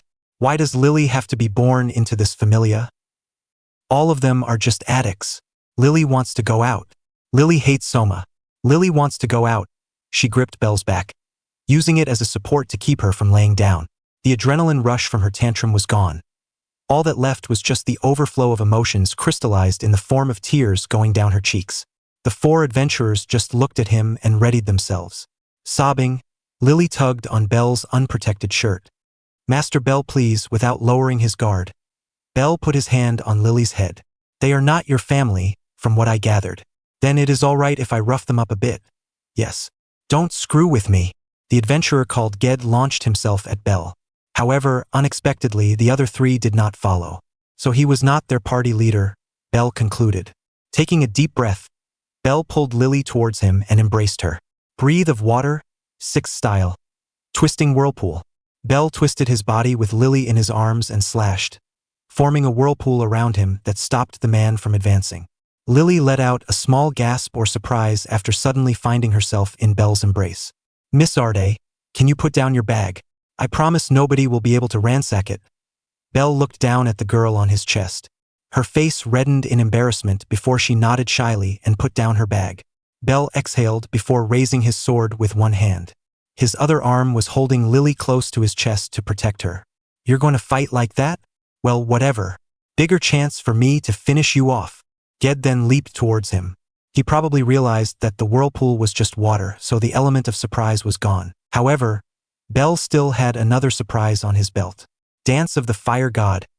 Burning Sun. As Ged slashed his sword towards them, Bell widened his stance a little and then made a circular slash in the space in front of him. A tornado of fire was summoned from the sword's motion and struck the adventurer and made him panic. Magic sword? Impossible. We saw water, and now it's fire? Without wasting any time, Bell ran towards his opponent and swung his katana. However, his opponent was alert enough to recognize Bell's slash and parried it. Seeing his attack parried, Bell immediately ran back towards the place where Lily placed his bag. He promised to protect it from the other 3 after all. There's no other way. We have to use that. Screw the money. We can take Arde any other time. Let's go. The other 3 adventurers that were with the man facing him ran away, but not before throwing several things towards them. A gasp coming from Lily caught his attention. Master Bell. That's Lily pointed out the things that were thrown towards them. Bell made a quick glance for a split second to see it. He still had to pay attention towards his enemy, after all. But what he saw in that split second got his attention more than his enemy. Half-dead killer ants. In no time, they would swarm this place. What the hell? Canoe, you bastard. Ged cursed his former party member and ran away, realizing the danger of the situation. We should also go, Miss Arde. All right. Bell could sense Lily behind him, following the path he carved out of the swarm of killer ants that were coming. Without any rest, Bell chained the dances to burn away all the monsters in his path. Waltz to fire wheel to blue heaven, killing the killer ants in front of them so Lily could pass. Then after that, he used flame waltzes 2 strikes, chained into a waltz to finish another group. Again, and again, Bell used his breathing style without any rest. Their goal was close. The stairs to the upper floor were only a few minutes away. A human shriek caught their attention. In that instant, Bell stopped his advance and looked towards the source of the voice. Master Bell? There might be someone else trapped in the swarm. After telling Lily that, Bell immediately ran towards the voice. Ma Master Bell. Honestly. But Bell did not focus on her. He rushed towards the voice. He did not want to be too late to help again. 10 seconds later, Belle arrived. Soon, Lily also arrived at the place and saw Belle looking towards somewhere. Lily followed his gaze to see the adventurer who previously attacked them struggling to face a horde of killer ants. His body was full of wounds, and his lower left arm had become a stump. Master Belle. Miss Arde. Belle looked at the palum behind him. Is it wrong of me to not want to help? It was not like he was trying to pass judgment over the man's life. He just did not want to spare someone who would commit evil in the future. However, an intention wasn't a crime. There might be a chance that Ged could turn over a new leaf after he was saved, but there was an equal chance that the man would not. Belle was at an impasse, leaning to not help him. He knew that Lily's answer would be biased. She was wronged by the man. The feeling of resentment might be enough for her to say that leaving the man to die was the correct choice. That was why he asked her. He wanted his selfish decision to be validated by someone else. And that someone else was Lily. Thinking over the matters for a few seconds, Lily then gave her answer. It's not wrong. Lily also wants Master Belle to not save him. But Lily put her arms on his back and pushed him. Master Belle would not be Master Belle if you do not try to help. Go, Master Belle. Belle looked at her, surprised. He really did not think that Lily would say that. He hardened his resolve as he smiled at her. Thanks, Miss Arde. And so he ran. He ran to save someone. This time he promised he wouldn't be too late. This time he promised he wouldn't fail. As she saw Belle running towards the injured adventurer, Lily sighed at her own decision. Like she said, she really wanted Belle to not save the man. In fact, it would be better for the man to be left to die. That way, in the future, that man would never harass her again. For that one time she stole a sword from him. But, once more, Lily looked at the broad back of one Belle Cranel. Forcing her own view to Belle was selfish for her. Belle truly was a different breed of adventurer. His kindness, his compassion, those were not something you could find in any other adventurers. And yet, Belle possessed an enormous amount of them. He was different. His smile was reassuring. Whenever he smiled, it felt like everything would be okay for Lily. And that time he embraced her, that thought put blush on her cheeks. It was warm, and it made her stomach all weird. He was pure. And Lily was afraid that selfishly pushing her own want to him would taint that purity. Belle was different, but different was not bad. And Lily did not want to destroy Belle's Belle-ness by telling him what she wanted. So, she put aside her selfishness and pushed Belle to do what was the most Belle-like option. She did not know if it was the right option. She also did not know if it was the better option in the long run. For all she knew, the better choice for her was to left him to die. For all she knew, the right choice was letting the dungeon ran its course. But there was one thing she knew. One fact that she had no doubt was correct. She knew that it was the best option for Belle. Honestly, she did not expect things to go this way the first time she approached Belle to become his supporter. She shook her head off of the thought. Belle had cleared a path for her. She gripped the straps of her backpack and ran towards the downed adventurer. Without waiting, she took out several bottles of potion and gave them to the delirious Ged. After several gulps, Ged's consciousness was back. Lily heard a shout as Belle did a front flip, followed by a burst of fire burning 2 remaining killer ants. Belle then stabbed the place where their magic stones were located, instantly turning it to ashes. Save your energy, she told the injured man. Hearing Belle's footsteps, Lily called to him. Master Belle, please help me walk him. All right, Belle answered after finishing his prayer and immediately helped him to stand up. Huh. She thought he didn't do prayer anymore for this week. Was that a cover-up for his lie? How did she not notice? You too, Lily said to save it. No need to spend your energy wondering why we helped you. Even Lily is wondering why. She playfully glared at Belle, the accusation clear on her gaze. In response, he just laughed at the situation. Surprisingly, after the frenzy swarm caused by the half-dead killer ants, the 7th floor was empty as they walked back with the injured Ged. She really did not understand. This was nothing like she had ever experienced before. It made no sense. Suddenly Lily heard a skittering sound. She instantly looked around and found a killer ant leaving them.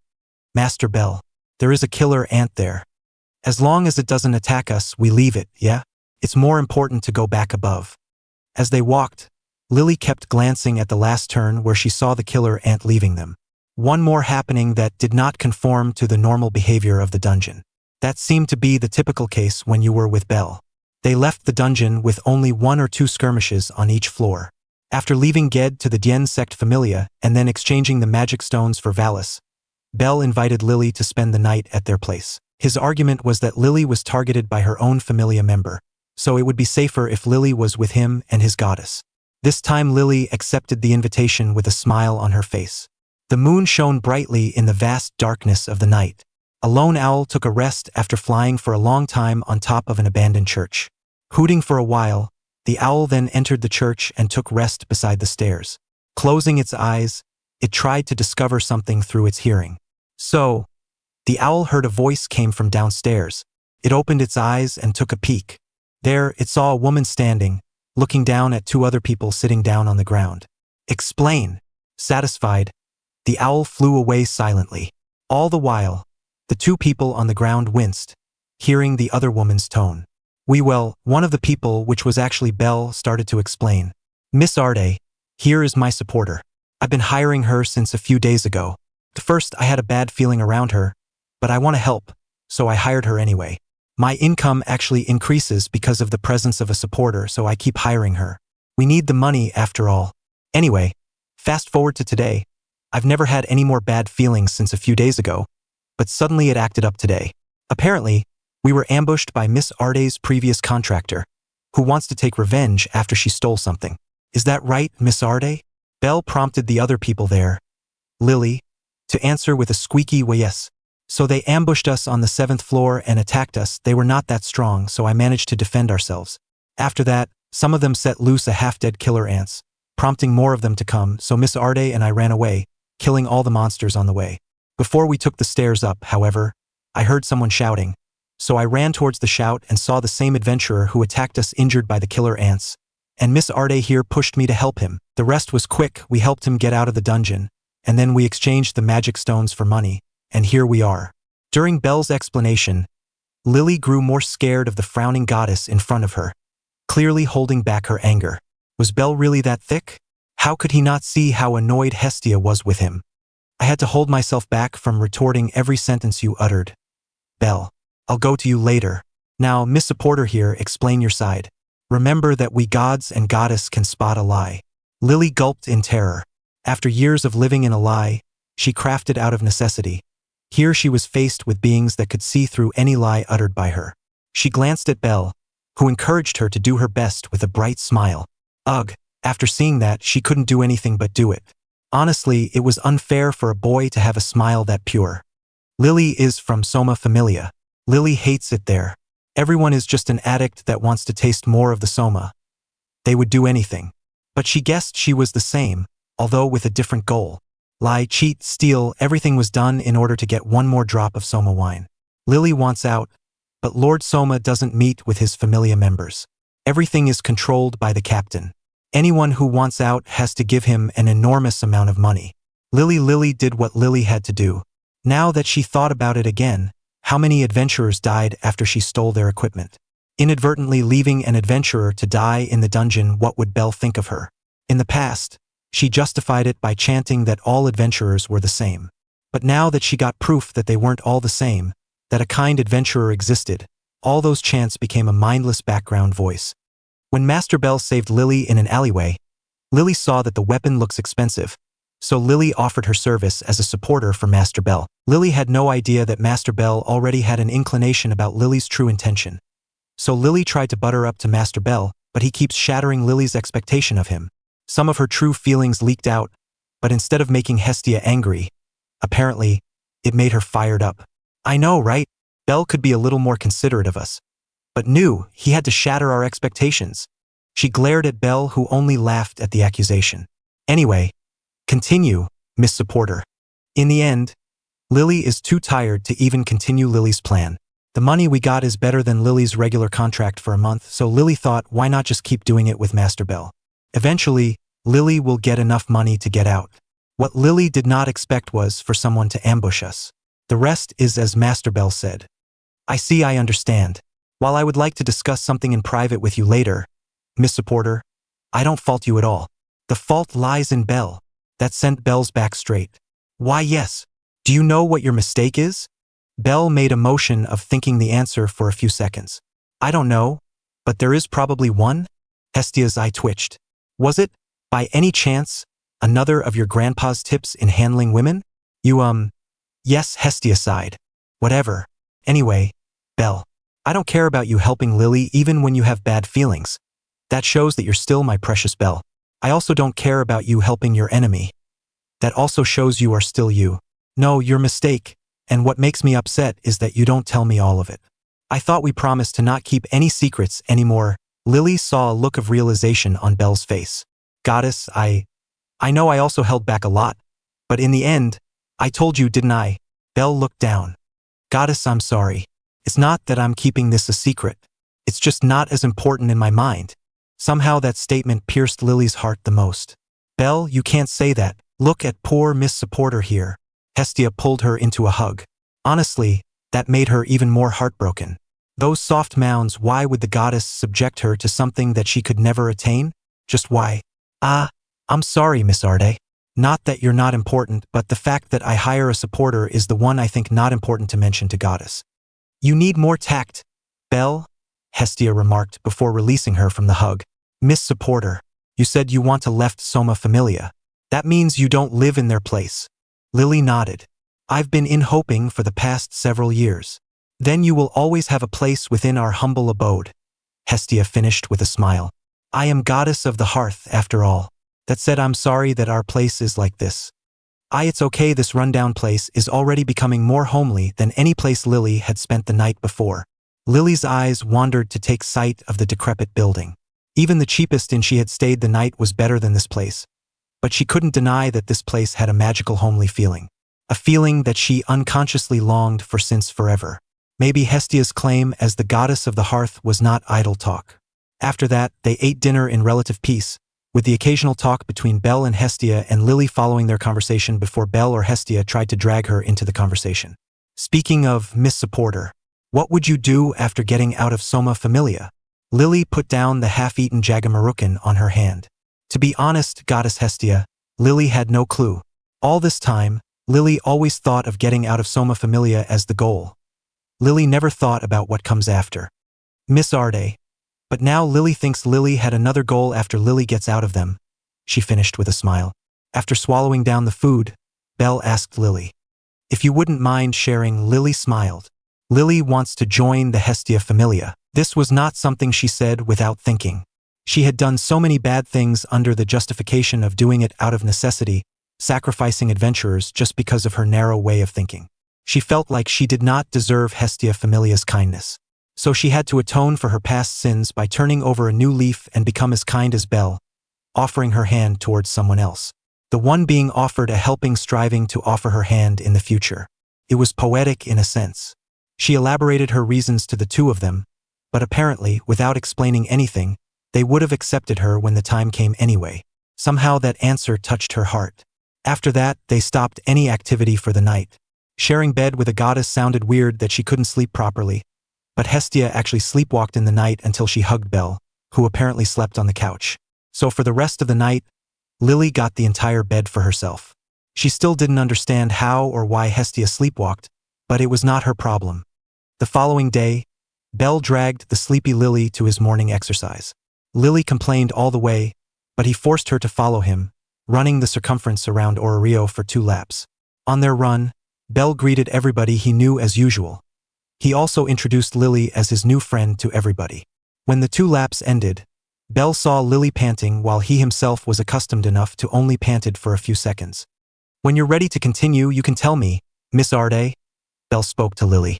He then spent the time waiting for Lily by doing his breathing exercise while sitting in a lotus position, closing his eyes.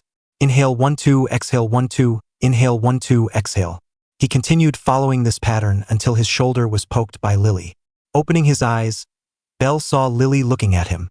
What are you doing, Master Belle? I'm ready to continue. What will we do next? Also, why do I have to follow your exercise? You want to join our familia, right? Take this as preparation. This is not an audition or anything. We'll accept you in the future. I just want to jumpstart a familia exclusive training that I will give to everyone that join. Familia exclusive training? That's right, Belle answered, still sitting down. Patting the free space on the ground beside him, Belle motioned for Lily to sit there. I said that the fire and water are not magic, but my skill, right? Well, what I will teach you may or may not give you the same skill. I don't know, you're the first one I tried to teach. So Lily is your guinea pig, huh? Quite correct, Belle said with a small laugh. Lily grumbled but sat beside him anyway. Assume lotus position, Miss Arde. Belle started his instruction. Lily followed and sat, crossing her legs. Don't peek, Master Belle. Lily put her arm to cover the bottom parts of her short skirt. I won't. Anyway, close your eyes. Good. Now inhale, count to 4 as you do it. Belle saw Lily's upper chest contracting, signaling the end of her inhalation. Hold your breath, count to 4. After that, release your breath also in 4 counts. Lily's chest relaxed as she let out the air on her lungs. Count to 4 as you hold your breath again. 1, 2, 3, 4. Now repeat all the steps starting from inhaling the air. Belle faintly could hear the sound of Lily's breathing fell into a rhythm. Good. Keep it up until 10 minutes. No need to clear your mind or anything.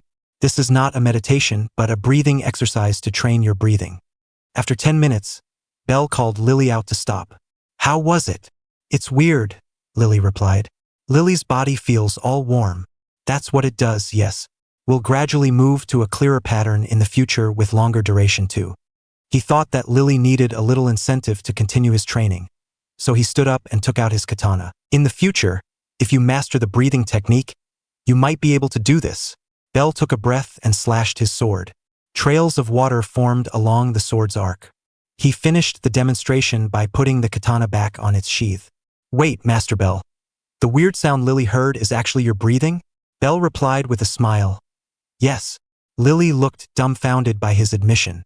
That said, you might not be able to do that before you get a Falna update, so not until you can join us or you get an update from your patron deity. I knew I couldn't until I got the skill. Still, the breathing style should increase your physical abilities, so I recommend you keep training on it. Lily nodded. Master Belle has trusted Lily with this, so Lily won't let you down. Now come on. Let's go to my usual training teacher. You have a teacher, Master Belle? Well, teacher as in someone more experienced in fighting than me, giving me more combat experience. My teacher in the breathing style swordsmanship isn't here, he answered Lily's question. I see. They walked towards the hostess of fertility. As they walked, Belle told Lily to try breathing in rhythm again. She wouldn't become able to do swordsmanship overnight, but it was a small step to learn to harness the power of breathing. When they arrived, Belle saw the usual scene of Ryu training on her own. He greeted her with a big wave of his hand. Good morning, Miss Lion. Ah, Mr. Cranel. Good morning. Her eyes went to the figure standing beside Belle. And this is? Miss Arde here is my supporter, Belle answered, putting his hand on her shoulders. For some reason, Ryu frowned before shaking her head. Shall we spar? Yeah, let's. Oh, before that, Miss Arde. Belle focused his attention to the palum. Try to observe my movement, okay? And keep it up. As Lily went to the sideline in anticipation, Belle saw Hermes and Asfi walked towards them. From the other side, he also saw Ace approaching their place. Mr. Cranel? Belle shook out of his thought of Ace when Ryu shook his body. I'm sorry, Miss Lion. Well, shall we start? Lily couldn't stop her mouth from opening in amazement. Seeing two real adventurers clashed, both of them capable swordsmen with their own styles, captivated her. She held no illusion. She was not talented in combat. But, if she continued to train under Belle, would she someday gain a fraction of those skill sets? A mesmerizing dance of water clashed with the fire that came after it. However, it created such an artistic dissonance that nobody would deny it was beautiful. She took a look around, and apparently, the sword princess was looking at Belle's movement really seriously. On the other side, Hermes and Asfi were commentating the spar with the occasional foolish humor from Hermes. Unknown to everybody there, while Ace's eyes were tracking Belle's movement, drinking every twitch of his muscles, her mind was fixated on something else. She was too late. She wanted to spar with Belle, but Lafia needed her help this morning, so she was too late to approach Belle. She wanted to experience that unique sword style for her own. But today, she had to be satisfied with observing from afar again. For the first time this morning, Ace turned his attention off Belle and looked towards the elf who was sparring with Belle. Next time she wouldn't be late. Belle was walking towards the hostess of fertility with Lily beside him. They made quite a haul on the 11th floor today, mainly because they had established their trust in each other.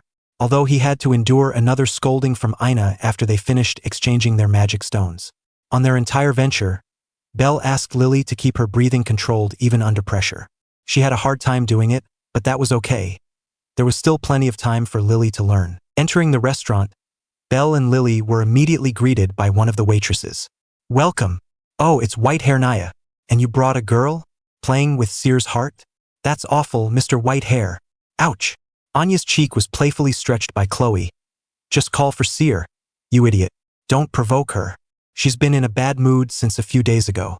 Yes. Anya went to the back to call for Seer. In the meantime, Chloe brought them to their seat at the bar counter. "You are familiar with the staff, Master Belle?" "Miss Lyon is one of the staff here, so I am quite familiar with everyone," Belle answered Lily's question. "Take a look at the menu. I'll treat you today, Miss Arde." Not long after that, Seer came out and approached them to behind the counter. "Good evening, Belle. What would you like to order?" Belle glanced at Lily beside him. "Good evening, Seer. I'll wait for Miss Arde to finish. Here is the lunchbox, empty as usual. Your cooking improved again. Anyway, has the owner of the book come?" Belle could faintly hear someone shouting, "You're still hung up on that?" Although he didn't know who said it. "Read the mood, damn it," somebody else continued. "They have," Seer replied with a smile, taking the empty lunchbox from Belle's hand. "Really? What did they say?" "They'll come back here later, so you can just leave the book here." "I'll take the book now." Belle immediately run from the hostess of fertility back to the church where they lived. The abandoned church itself was empty because Hestia had an evening shift and would not come home until later in the night. It was partially the reason why they had dinner at the hostess of fertility, since Hestia did not bring back any Jagamurukan leftovers. Belle took out the book from the corner of the room and carefully placed it on his chest, gripping it so it wouldn't fall down as he ran. Nodding to himself, Belle ran towards the hostess of fertility with the book. "Here, Seer." Belle offered the book, still in pristine condition as nobody in the abandoned church was presumptuous enough to take a peek.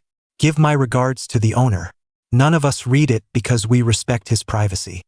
Seer took the book, replying to Belle's smile with her own, although Belle felt like there was something behind her smile. "Thank you, Belle. We'll also keep it safe. Nobody will take a look. Isn't that right, girls?" Seer threw the question around to the other waitresses, and nobody was brave enough to disagree. "See." Seer flashed another smile to Belle. "That aside, Belle, what would you like to order? Your companion here has ordered her dinner." "I'll take a bowl of pasta and an orange juice." "I see. Please wait for your order. It will be ready in 15 minutes at most." Seer nodded and went back to the kitchen. "So that's..." Lily trailed off, her eyes trailing the figure of Seer. "The one that always gave my lunch?" "Yes." Lily sighed and mumbled something that Belle couldn't hear clearly. "What was that?" "Nothing," Lily replied quickly.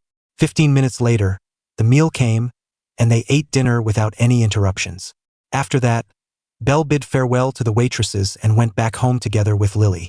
When cleaning the table where Belle just occupied, Lunwar wondered who the Palam was and why she was together with Belle.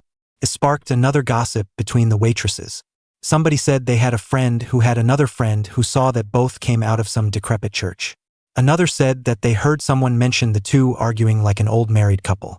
The gossiping only stopped when Ryu told everyone what she knew based on her conversation with Belle that morning. But the damage was already done. The waitresses got punished for gossiping during their shifts by Mamma Mia.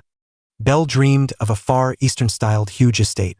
He saw the boy in the green and black-checkered garb being carried by black-clothed people. This was the continuation from the last time's dream where the boy met the pillars. Belle realized.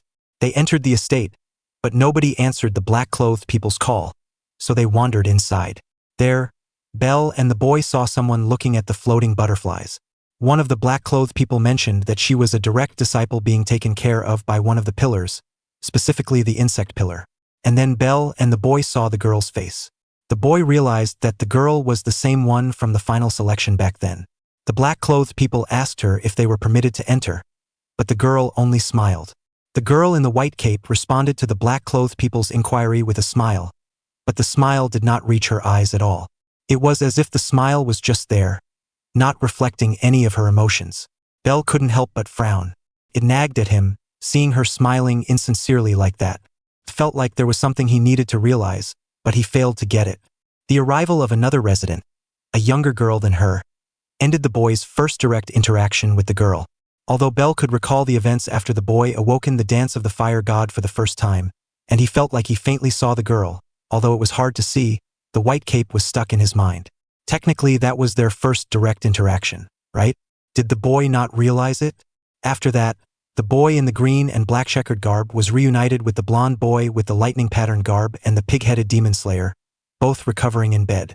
Words couldn't describe how happy Belle was for seeing the two boys still alive from their encounter in the mountain.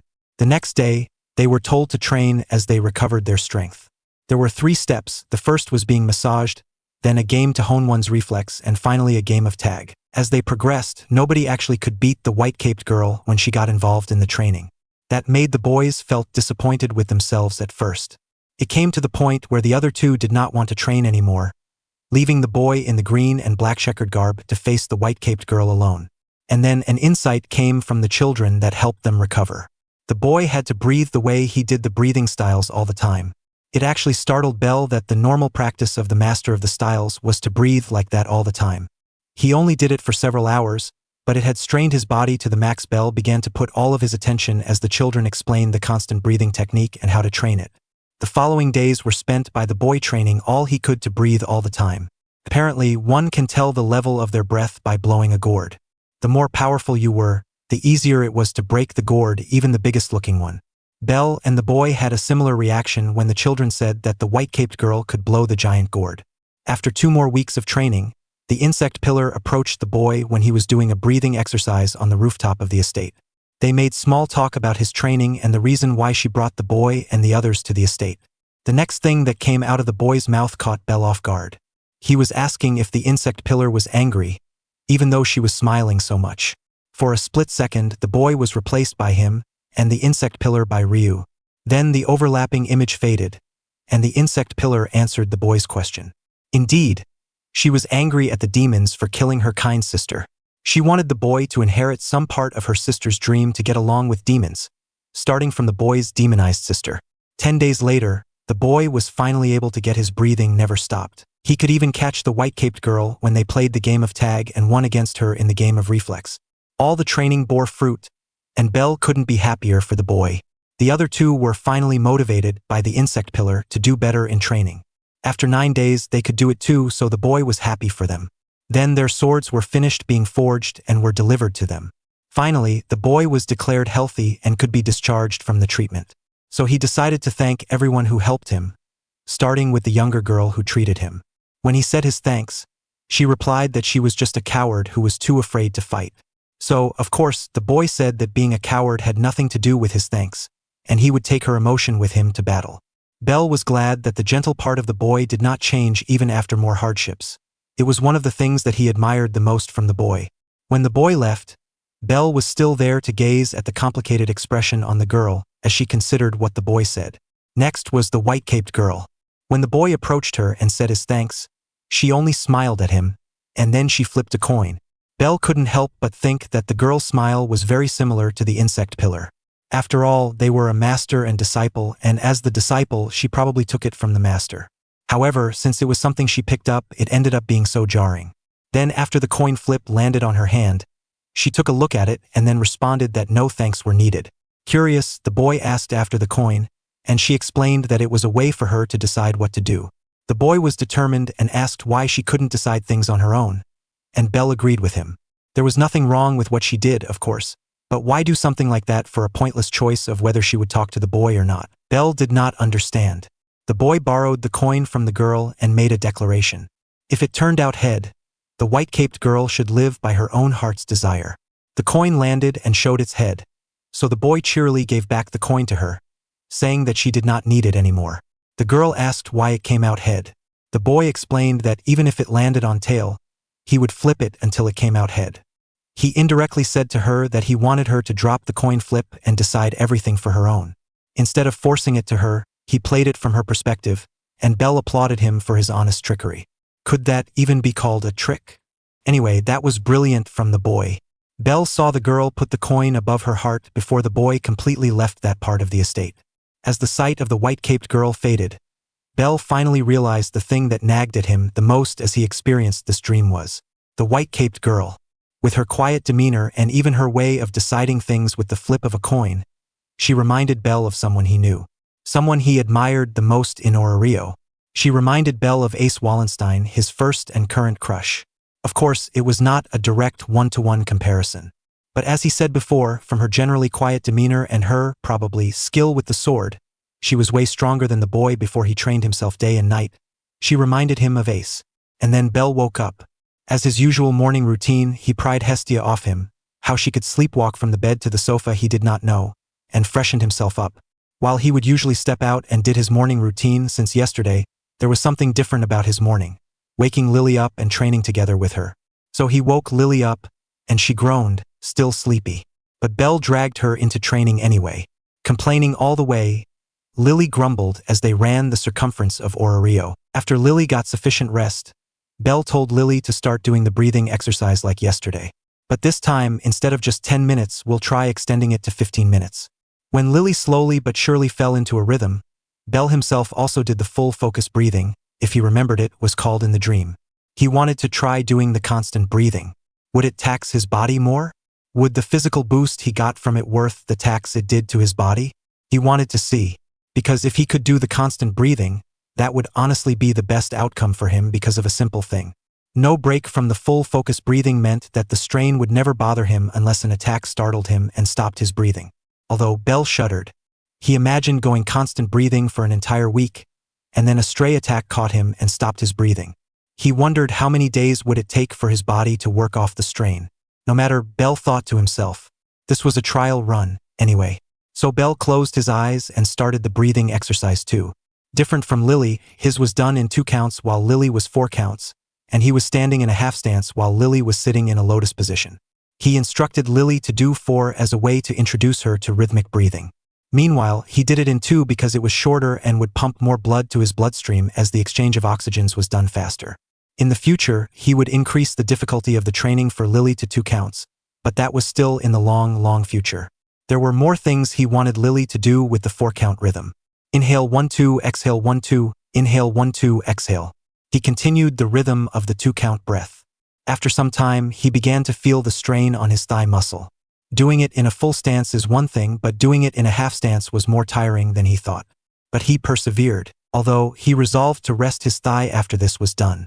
After what he felt like 15 minutes was up, Belle opened his eyes and screamed upon landing his eyes on the first thing he saw. Jaya! That shout prompted Lily to open her eyes too. Master Belle, what happened? In front of Belle stood the sword princess, Ace Wallenstein, in her casual outfit. Her sword, however, was still dangling on her waist. Her face was really close to his. He did not expect to see the beautiful visage of her crush when he opened his eyes, so Belle screamed, startled by her sudden appearance. Oh, it's just the sword princess. Why yeah. Sorry if I startled you, Miss Arde, but it's been 15 minutes anyway, so good job. Belle then turned his attention to Ace. Miss Wallenstein, good morning. Is there something you need help with? We're sparring. I see. Belle nodded. Wait, what? Follow me. And then Ace walked somewhere, leaving Belle and Lily to look at each other in confusion. What are you doing, Master Belle? Let's go. One-on-one training session with the sword princess herself. All right. I was startled. And so the two followed Ace to her destination, unaware of the body pain that she would inflict on Belle. Chapter 6. Ace brought them to someplace quiet. In the chilly morning when the sun was rising and its warmth was still spreading, Ace led Belle and Lily towards the outskirt of Orario. Belle recognized the place as he passed them every day. They entered a breach in the wall, following Ace's direction until they arrived at the top of the wall. The view was breathtaking. In the morning, where the people were still preparing themselves for the day, the flurry of activities presented in front of Belle's eyes was impressive. Belle, let's go. Ace tapped Belle on the shoulder, eliciting a squeak from the surprised Belle. Lily used the opportunity to laugh, and he saw a ghost of a smile on Ace's face.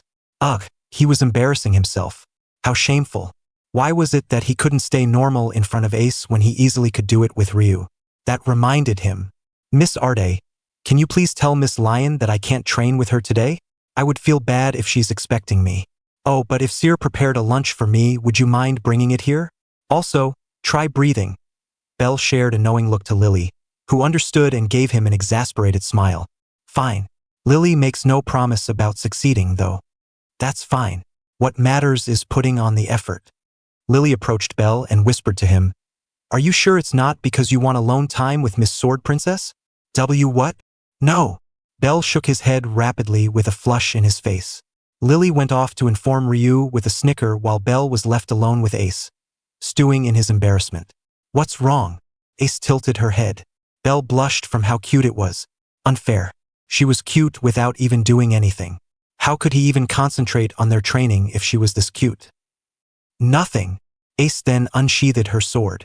It was a finely forged rapier, although Bell was not quite versed in smithing. Still, Bell thought to himself, gripping his sheathed katana. His sword was definitely better because it was a gift from his beloved goddess. The same could not be said about their user. Indeed, the disparity of power between them was all too clear. I'm ready. Not even a fraction of a second after Bell said that, Ace appeared in front of him, and he was too late to unsheath his sword. The tip of the rapier struck his shoulder and unbalanced his body. Bell fell to the ground.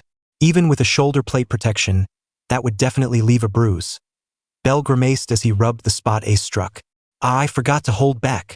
It was such a simple statement that Ace uttered under her breath, but it reinforced the distance between them. Ace was simply too strong for him even with his breathing technique. She needed to hold back just to train with him. Even a former adventurer like Ryu was miles stronger than him. He wanted to catch up to them. If he couldn't catch up with them, how would he claim that he was as strong as the boy in his dream? Once more, Miss Wallenstein. You don't want me to hold back? Bell nodded. It's okay if my body is full of bruises. I will definitely learn something from you. Ace opened her mouth, but she shook her head. Understood. This time, Bell unsheathed his sword first and put up a stance. I'm ready. Wordlessly, Ace once more appeared in front of him. But this time Bell was a bit quicker to react. He diverted the incoming strike using his sword. He did not expect that the power behind the strike was so strong that his sword could not divert it completely. As a result, he was thrown away to the side a little bit. He landed on his 2 feet. Nothing from that strike unbalanced him, but he glanced at the hands gripping the handle of the sword. Bell? His hands were trembling just from diverting a strike from Ace. Bell looked towards the blonde-haired adventurer. Seriously, the difference between one level was wide enough that he couldn't do anything to Ryu when she held back to an approximation of level 2 in their training session before. But now with Ace, Miss Wallenstein, have I ever told you that you are amazing? You haven't. Thank you. It was then that what he said registered in his mind. His face went red from embarrassment again. Eehee!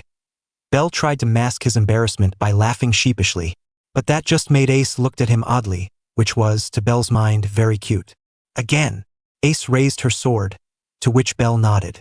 Seeing as Ace did not hold back on the first bout, Bell thought it was better for her to not to do it in the future. He already had a training session with Ryu on facing a similar level opponent, honing his technique. With Ace, it could be different. No need to hone his technique with her. With Ace, it was all about survival instinct. How to survive against an opponent with overwhelming strength. It was okay for him to lose in the first strike, as long as he learned to react appropriately. This way, there was no overlap on the training sessions. Each would have its own advantages for him. Ace once more suddenly reappeared in front of him, and once more, he was too late to react as Ace struck him on the chest this time. Gah! That actually disrupted his breathing rhythm, leaving him gasping for air. Are you okay? Ace approached him with concern written on her face. Bell forced himself to steady his breathing rhythm again before the blowback from breathing nonstop since the morning spread towards his body. I'm fine. Bell grabbed the sword that lay down near him and stood up. Again, Miss Wallenstein. You can call me Ace, she said with a soft smile. Eh? Bell was dumbfounded by the sudden request from her. What? It's only fair. I have been calling you Bell. You can call me Ace. Bell gaped like an idiot. Ace Wallenstein wanted to be on a first-name basis with him. Ace Wallenstein wanted to be on a first-name basis with him. He could die happy now. Bell shook his head. No. He could not lose focus now. This was a training session. He should leave the gushing about Ace later. Come at me again, Miss Ace. Ace let out a smile. I suppose the politeness is part of you. Here I go. Once more, Bell tried to grasp when and where Ace would appear in his range, but this time was no different from the others. He was easily overwhelmed with a single strike. This continued until bruises were visible on Bell's unprotected areas. Ace sheathed her rapier. We should stop. Rubbing the bruised spot on his thigh, Bell grimaced. He did not want this to end. He still wanted to spend time with Ace even though all of it was spent being thrashed by her. Being with her made his heart beat faster or not. That was just his heart pumping blood faster to his bloodstream because of his breathing. I can still continue, he refused indirectly, but Ace only shook her head. Your body can't take more. Then, how about you hold back? Fine. Belle smiled and stood up. His entire body was still aching from the previous attacks. But despite that, he went into a stance. Prepare yourself. The moment Ace's body moved, Belle took a deep breath and went into the defensive. Belle parried Ace's strike and twisted his body to dodge her. Dance of the Fire God. Waltz. He finished his motion with a downward slash from Waltz, which Ace quickly deflected with a swing of her sword. Unfortunately, that action unbalanced Belle, and Ace wasted no time to try to strike Belle again. Belle twisted his body and breathed. Dance of the Fire God. Parhelion Rainbow. Ace struck his chest, but he faded out of her view. Parhelion Rainbow was interesting because the more sharp your enemy's eyesight was, the easier they were to get caught by the illusion. Ace, for all her holding back her power, was still a level 5. Their eyesight was better than normal unblessed human to accommodate for the high-level fight they did in the lower level of the dungeon. By the time Ace had realized she was striking an afterimage, Belle was falling down behind her. So he unleashed the most fitting technique in his arsenal. Dance of the Fire God. Fire Chariot. Belle slashed Ace from behind. Ace felt the pressure from behind as she turned her head. The only thing she could see was fire from Belle's dance. Got her, he exclaimed in his mind. But then a burst of wind appeared and extinguished Belle's fire, subsequently throwing Belle away from her. Gah! He coughed. His breathing got interrupted again. Swiftly, Belle breathed again before the backlash of the breath would tax his body. Are you okay? Ace approached him with her sword sheathed. Concern appeared in her usually emotionless face. I'm okay, Miss Ace. But was that what you meant about us being similar? Ace nodded, her face still frowning. Amazing. Why don't you use it from the start? Wind versus fire and water. It would be fun. Ace shook her head. Are you truly okay? My wind magic is strong. I fear that it would hurt you. Is that why you don't want to use it? Yes. Ace nodded. We should stop. This time it was Belle who frowned. I actually am happy that you used it. Although I understand your decision, okay? Let's stop for today. Belle sheathed his katana. Then he looked around, looking for Lily. Huh. Lily still hadn't come, Miss Ace. How long did we train? Ace made a gesture of thinking for a few seconds before she answered. 15 minutes? She seemed unsure of her own estimation. Going to the Hostess of Fertility and back here definitely could be achieved in 15 minutes if I run full speed. I'm gonna wait for Lily here. In the meantime, do you mind if we talk a little bit, Miss Ace? Ace shook her head with a smile. I don't mind. And so the two sword user had a long small talk, although most of it was spent in awkward silence. Ace was not used to small chats with a virtual stranger, while Belle was fawning over his conversation partner in his head. Later, Lily arrived back to see the two having small talks. She saw how happy Belle was and decided to not announce herself for another 15 minutes. In the meantime, she would continue to train her breathing. After training with Ace, Belle and Lily decided to do something they didn't plan, going to a blacksmith. This was mainly because there were many dents in his protective gear courtesy of Ace's strikes. Lily grumbled along their way to Babel Tower to look for another chest plate. Something about dumb fool in love wasting more money. To which Belle could only laugh because he couldn't deny it. They arrived at the Hephaestus shop that Belle once visited with Ina. Belle approached the clerk in charge for today, not Goddess Hestia, for she still had a shift selling Jagamarukan somewhere else with Lily. Excuse me, Mississippi, is Mr. Welf Kratzo in? The clerk looked at him from top to bottom before sighing. Welf Kratzo doesn't accept any orders for magic sword. Belle blinked. Magic sword? He turned to Lily, who explained that Kratzo's magic sword was famous for its power. But I don't want anything to do a magic sword, though. Belle undid the strap for his battered chest plate. See, I bought this here and saw the name Welf Kratzo. I want to fix this, and I thought, why not go to the person? The clerk looked at him with a widened eyes. I see. I was told to turn down any magic sword request for one Welf Kratzo. But what to do with a non-magic sword request? The clerk whispered to herself before she shook her head and looked at Belle with a smile. Certainly, sir. Please wait for a while before following me. I shall escort you to Mr. Kratzo's forge. Please note that I cannot guarantee the person there, He may have another business somewhere. Belle saw the clerk approaching a coworker, and they conversed for a while before the other clerk nodded, and they came to the counter together. Please follow me, sir. The first clerk gestured for Belle and Lily to follow. They were brought to the 8th floor of Babel Tower using the elevator. After they arrived, the clerk brought them to a shop. Belle noted that this was where he picked his current armor. Hey! The clerk handling the shop greeted. What brings you here? Your shift is at the bottom, right? Someone wants to meet with Kratzo. The clerk that brought them here explained. I thought everybody knew Kratzo doesn't take magic sword orders? They're here for the armor. The second clerk opened his mouth in amazement. Somebody wanted Kratzo? That boy will definitely love this. Wait here, boy. He came out of the store and, a few minutes later, came back dragging an irate young man. What the hell? I'm working. Why would you drag me here? Calm down, brat. Instead of being angry, why don't you rejoice because you got yourself a customer? The red-headed young man looked at him, specifically the battered protective gear in his arm. Payankichi. How could this be? He took the chest plate and hugged it. Belle raised his hand. It did its job remarkably.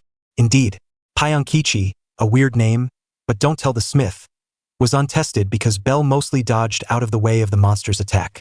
However, just this morning, it protected him from deadly strikes by the sword princess herself. It was a good piece of armor. What is your name, my dear customer? Belle Cranel. Can we talk about it privately? Sure, let's go. He excitedly left the shop, leaving Belle and Lily gaping. After that, Welf Kratzo, who insisted that Belle call him Welf, came back and brought him to a small corner of the 8th floor of Hephaestus' shop. Belle Cranel, what can I help you with? I want to repair, or if it's impossible, to replace the Payankichi. Before it was like that, I was comfortable wearing it, but now it hampered my breathing with the dent on the front part. Belle explained the reason why he wanted it to be repaired. He noticed it when he talked with Ace and laughed. His chest felt constricted for some reason. I see. Understandable. Welf nodded. Aside from that, can I commission 2 swords from you? Welf froze, but Belle didn't notice. He took out his katana from the sheath and then presented it to Welf. Far Eastern sword like this, but made of wood. A strong wood if you can. That's one. The other one is a sword for Miss Arde here. Belle turned his attention to Lily. Never seeing Welf breathed a sigh of relief. Miss Arde, what kind of sword do you want? You're giving Lily one? Lily looked at him in disbelief. Do you even need to ask? Belle answered after blinking in confusion. I said I'd train you, didn't I? Lily shyly turned away from Belle. Lily would like a shorter sword.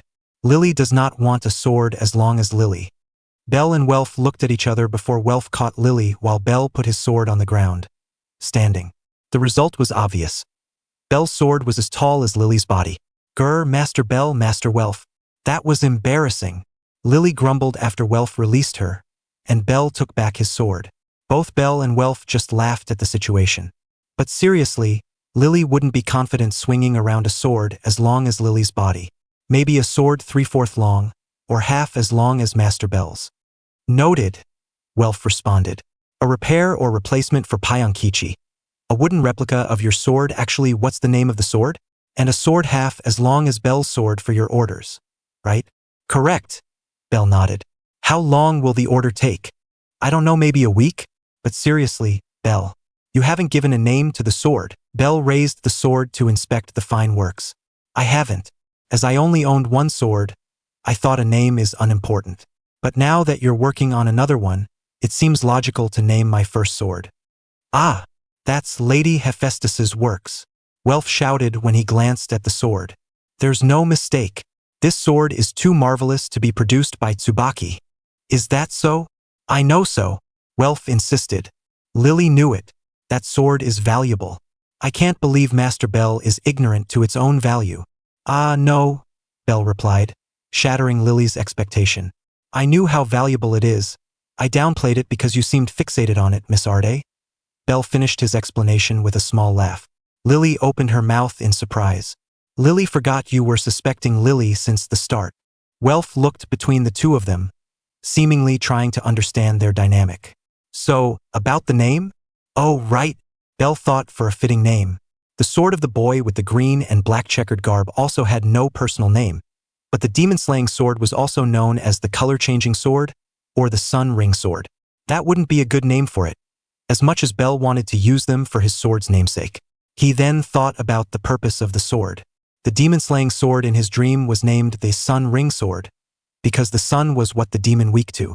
It was a sign that they were holding a weapon that was capable of killing the demons. It signified that they believed that if they struck the weakness of the demons, then humans could win even in the darkest night. What was the purpose of his sword? Was it to eradicate evil? No. While he wouldn't just stand by when evil rose, he wouldn't seek out evil. Was it to uphold justice? No. While he would always try to be just, he wouldn't blindly push his justice to other people. To protect the weak?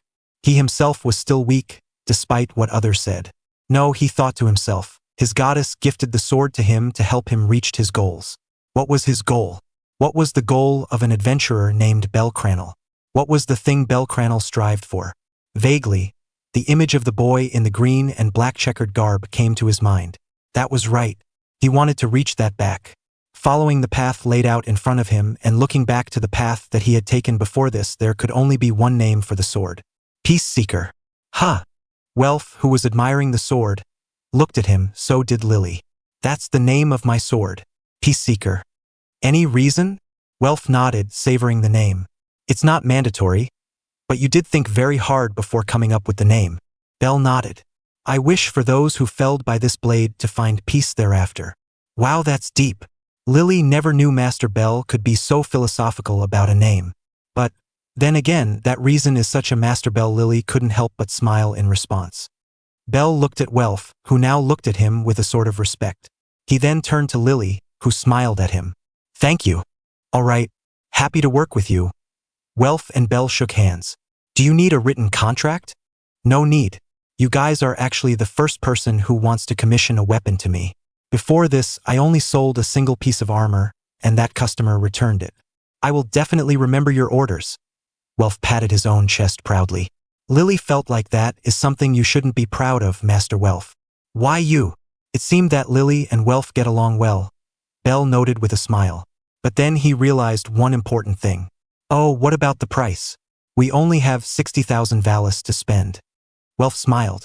Lily doesn't like that smile. He wouldn't put it like that, but Welf's smile was indeed unnerving. It was as if he was prey being targeted by the hunter. You can pay it, of course. I would never swindle someone I like, so I'll calculate the price fairly.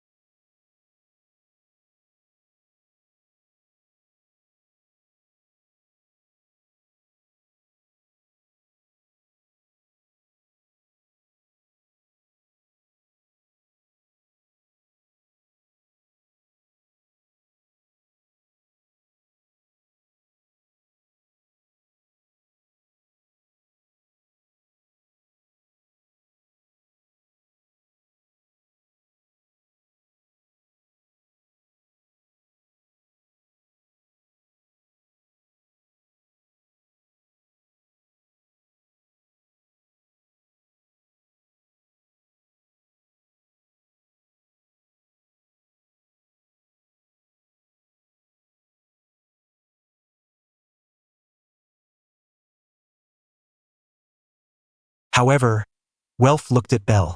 What do you think about signing a direct contract with me, Bell?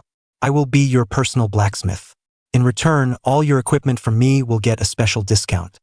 Lily is sorry, Master Welf, but Lily has to talk with Master Bell first. Lily interrupted as she dragged Bell to the side for a private conversation. Master Bell, do you want to accept it? I probably would. Mr. Welf looks like a good man. Sigh. Fine. But you need to outline the terms of the contract clearly before you sign it. Okay? Lily asked for his reassurance. Of course. Please help me if you can, Miss Arde. They went back to Welf, who waited for them. So, do you accept, Bell? Before that, Mr. Welf, let's outline the legal term, Bell replied. Fine by me. I will be your personal blacksmith, making all of your equipment from now, and in return, you will only buy and maintain your equipment from me. Welf dictated the first term. That term is not applied if somebody gifts an equipment to me. Bell made an addition. He thought this was important because both his armguard and Peaceseeker were a gift. It did not rule out any possibilities for other people to give him more things. Fine. Also, I may join Belle's party unless Belle joins another party where another blacksmith states that I couldn't join. Accepted. We need more manpower, actually. Although, it will be harder to teach Lily without Welf noticing things. Addition, Lily interjected. Dividing the loots will be decided after each dungeon delving. Okay. Anything else? Further discussion of terms between the two parties involved may occur when both agree. Lily put an opening to the contract. Nothing else. Nothing, Belle shook his head. He offered his hand for Welf to shake, signifying the signing of the unwritten contract. I'll write the formal written one later. It will need my signature, your signature, Lady Hephaestus's signature, and your deity's signature. For now, let's go to the dungeon. Welf threw both his arms up in excitement. One important thing, Mr. Welf. What? Come on, Belle, you can call me without honorifics. I have no more chest plate. The old one I used is passable, but it was a guild-issued one. I didn't dare using it to explore the 12th floor. You have no more chest plate? Wait, did you just say 12th floor? What level are you? Wait, forget the first question. You can use something from my forge as a temporary replacement, provided we don't pay for the compensation cost if it got destroyed. Sure, but please answer me. Did you just say 12th floor? Belle nodded to Welf's question. Yes, finally. Goodbye 10th floor. Wait, Master Belle. We're going to the 12th? Your advisor is going to kill you. Please master the 11th floor first. At the thought of Ina scolding him like crazy, he suddenly shivered. Right. Better not incur her wrath. According to her guides, the 12th was the last of the upper floors. He technically could enter it, but he had already stretched Ina's patience to the maximum. If he pushed it further, it would erupt. You're right. Better keep it at the 11th for today. Is that okay, Welf? Belle quickly switched to his name when Welf looked at him with a disappointed expression. It's okay. Come on, let's go to my forge. After leaving Welf's forge with a temporary replacement chest plate for Belle, the group went towards the hostess of fertility. Lily did not bring him Sear's lunch when she went there this morning, so Belle had to visit them to get it. Lily just looked at him and sighed when he asked for the reason, muttering something about thick skulls. Then Welf approached Lily, and both whispered to each other while occasionally looking at him. He wondered what they were talking about. Eventually, they arrived at the hostess of fertility.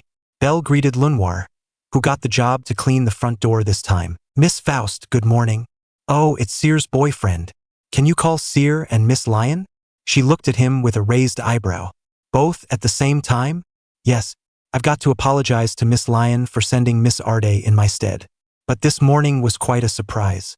She didn't reply for a few seconds, as if she was looking at something on his face. You truly are amazing. Wait here. Belle blinked in confusion. What did she mean by amazing? Minutes later, Sear and Ryu came out to meet him. Sear with a spring in her steps, while Ryu was calm. Belle. Sear greeted him happily before she pouted. You didn't came this morning. Ahahaha, sorry. As Lily had said, I was preoccupied with something else. Belle replied while scratching the back of his head. Anyway, as a punishment, tonight you have to come and eat dinner here. Promise. Sear playfully winked. Belle looked towards his party behind him, Lily and Welf, who nodded at him. Sure. Then this is your lunch. Sear handed the boxed lunch she had prepared beforehand to him. See you tonight, Belle. I'll leave you and Ryu for privacy. She winked before running inside, leaving Belle with Ryu. Mamma Mia probably would scold her if she didn't hurry and do her task. Miss Lion, I'm sorry that I couldn't train with you today, and so suddenly too that was impolite of me. Belle bowed towards Ryu. It was a perfect 90-degree angle that caught Ryu off guard. Mr. Cranel, please raise your head. There is no need to lower yourself like that. You are not in the wrong. I know, but I feel ashamed of that. I hope you don't get offended and can help me train tomorrow. I know this is a brazen request, but it's fine. A ghost of a smile could be seen on her face. You were not offending me at all, Mr. Cranel. I did wonder where you were, but the arrival of Miss Arde and her subsequent explanation is sufficient to answer my question. A smile bloomed on Belle's face. Then, tomorrow morning, you can come to train with me. Ryu nodded, confirming Belle's assumption. Thank you, Miss Lion. Belle bowed again twice. See you tonight. Ryu nodded and went back inside. Belle turned back to see Welf gaped at him, with Lily muttering something about see. To him. I'm sorry, I had to talk with them for a bit. What were you guys talking about? He said after walking towards the two. Oi, Belle. Tell me, how do you turn up your charm like that? Welf playfully grabbed him and put him in a headlock. Ugh, Master Welf is disgusting. One Master Bell is enough. Lily interjected from beside them. It wasn't like I want to break women's hearts left and right. Welf defended himself. Somehow Bell felt like he should be offended by Welf's statement. He wasn't a heartbreaker, nor was he a charmer. I just want to get the attention of a woman I like. Bell looked at Welf like he found a kindred spirit. Mr. Welf, we're the same. Indeed, like Welf, Bell also wanted to get the attention of someone he liked. Ace Wallenstein. Luckily, for some reason, Ace paid attention to him. I'll help you however I can, Bell declared. This is our men's oath. Welf looked at him. Welf. Oi, Lily. Did I just hear it right? Did I just hear that he had someone he liked that isn't the two girls from before? You heard right. Also, don't call Lily Lily. Bell looked as Lily and Welf went back and forth, bantering with each other. Somehow this felt familiar. It felt like the companionship that the boy in the green and black checkered garb had with his friends. Whenever he saw them in his dreams, he always wanted to experience having a friendship like them. Lily, Welf, both looked at him. Thank you. What is Master Bell saying? Lily should be the one thanking you, Lily replied with a smile. I don't know why you said it, but I feel the same as Lily. You are my precious customer, Bell. Welf also smiled. How many times Lily said don't call Lily Lily? Lily's smile turned into a frown. Ha! I'll stop when you're not so little anymore. But Lily is a palum. Lily won't grow taller than you. Then my nickname is correct. Miss Arde is right, Welf. Bell joined the conversation. Teasing is fine, but when one side had enough, you ought to stop. And besides, Lily had never given you her permission to call Lily by her first name. Call me Arde. Welf sighed. Fine. Ganging up on me like that, they went to the dungeon, still immersed in small talks. When they traversed through the dungeon, Bell quickly dismantled everything without the need to use his breathing. Add into that Welf, who was no slouch in the monster-killing department himself, and their party promptly went through the first 6th floor. You're amazing, Bell. You say you're still new. Welf opened conversation as Lily was gathering the magic stones. However, his conversation partner did not reply. Curious, Welf looked at him to see him praying. Arde, don't bother. Master Bell is praying for the monster he killed. Lily answered the unasked question while she was carving the magic stones out of the corpses. For what reason, though? Instantly, Welf's mind went back to the conversation at the Babel Tower. Yeah. It's why Master Bell named the Sword Peace Seeker. Sorry. Bell suddenly spoke, his prayer finished. It must be strange. Huh? I actually want to do this since the first floor, like when I was just with Miss Arde, but you looked so enthusiastic and it would kill the pace, so I continued. Thank you for giving me time to pray for them now. Welf opened his mouth, wanting to explain that it was because he himself was tired, but he refrained. This guy was just too kind, always seeing the good in other people. But honestly, Welf thought this way of thinking wasn't wrong. Maybe it was because of the experience that shaped his life, but Welf felt like he was a bit of a cynic. Living in Ororio did that to people. From what he gleaned through his observation, their supporter Lilaruka Arde was also a fellow cynic. Maybe it was why the two of Bell and Lily clicked so much. It's okay. I'm quite tired. Aren't you, Bell? Bell blinked. Not really? While this pace is faster than my usual pace, I didn't exert too much energy. The next floor, however, the 7th, huh? Killer ants were dangerous. It's not the fact that they're dangerous, Welf. It's the fact that we couldn't leave one unscathed. It's almost never ending. And I fear some other adventurers would get caught up in a monster party we created. He even had the time to think of other people's well-being. Welf looked towards Lily, who was approaching them with an open mouth. Don't bother. Whatever you're thinking about Master Bell is probably correct. Lily has enough time to accept it. Lily thinks you should learn to accept it too. Well, I think I should use my sword style, Bell mused to himself. Huh?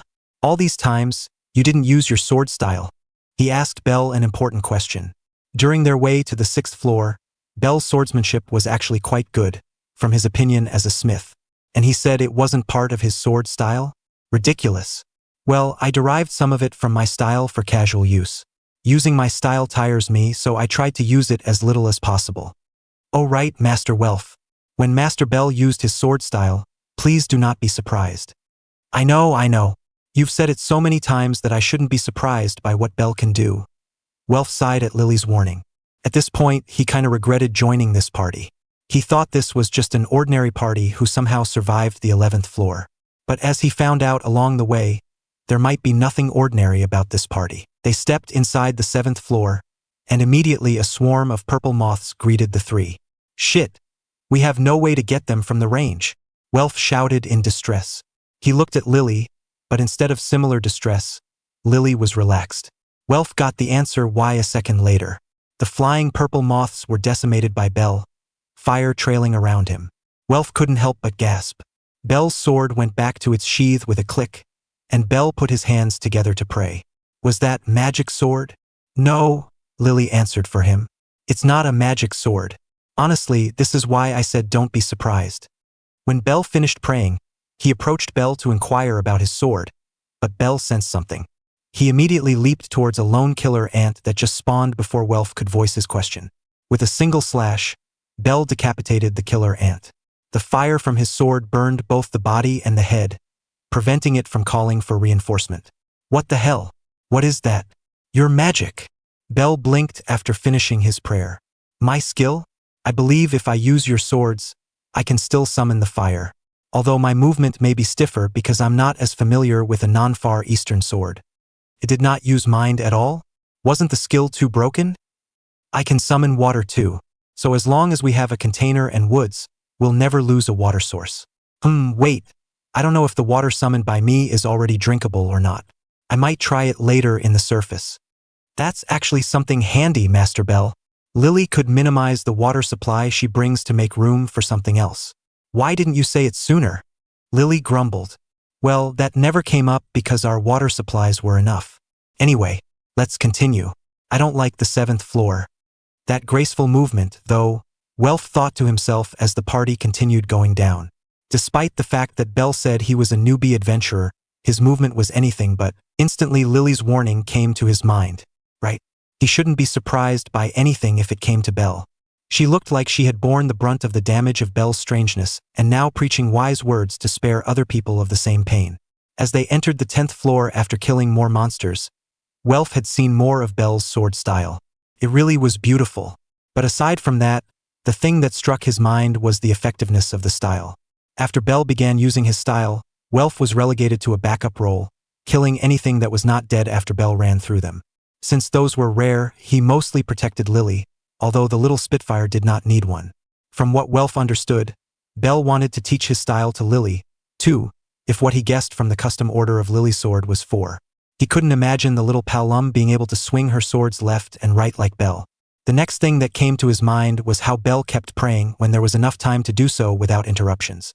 He asked Bell about it, and he replied that he believed that the monsters were menaces, but not something evil that should be hated. Instead, he pitied them for being born this way. So he prayed that in the next life, they would find peace and let go of their hatred.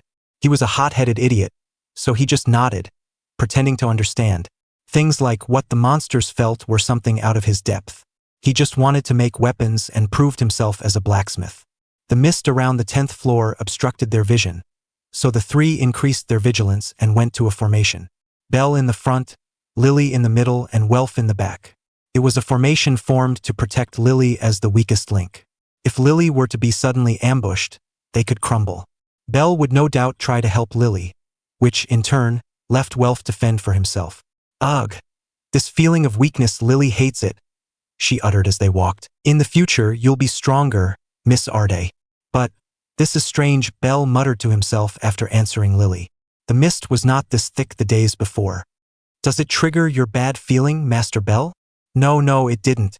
That's why I said it is strange. Bad feeling? Welf asked around. I had a sort of survival instinct. I know something bad will happen when I get a certain kind of feeling in my gut. The last time I ignored it, the killer ant monster party on the 7th floor a few days ago happened. Bell tried to explain his quirk believably. So you don't feel it now? Welf asked back. No. This weird situation should trigger it, but I felt nothing. They continued to walk in silence, fully alert that something might or might not happen. Half an hour later, They passed the 10th floor without difficulty after killing many of the monsters.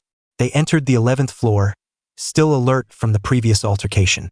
When they saw how thick the mist was in the 11th, everybody knew something was coming.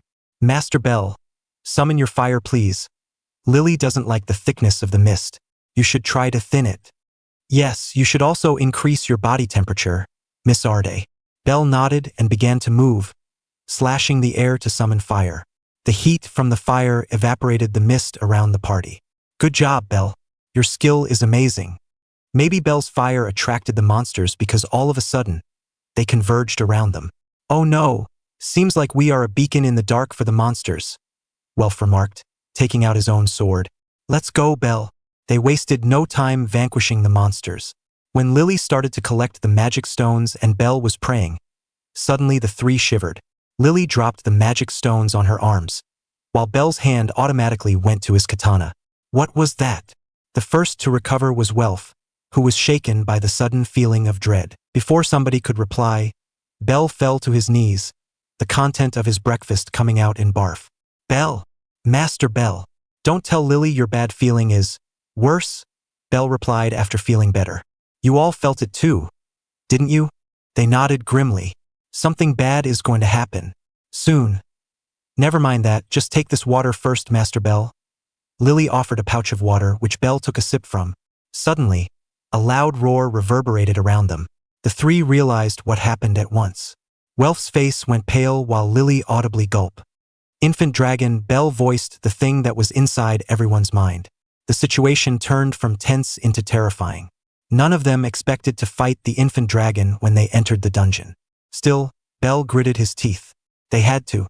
Master Bell. We have to, Miss Arde, was his reply. Can you handle it? I should be able to. Bell's tone didn't inspire confidence for the three of them.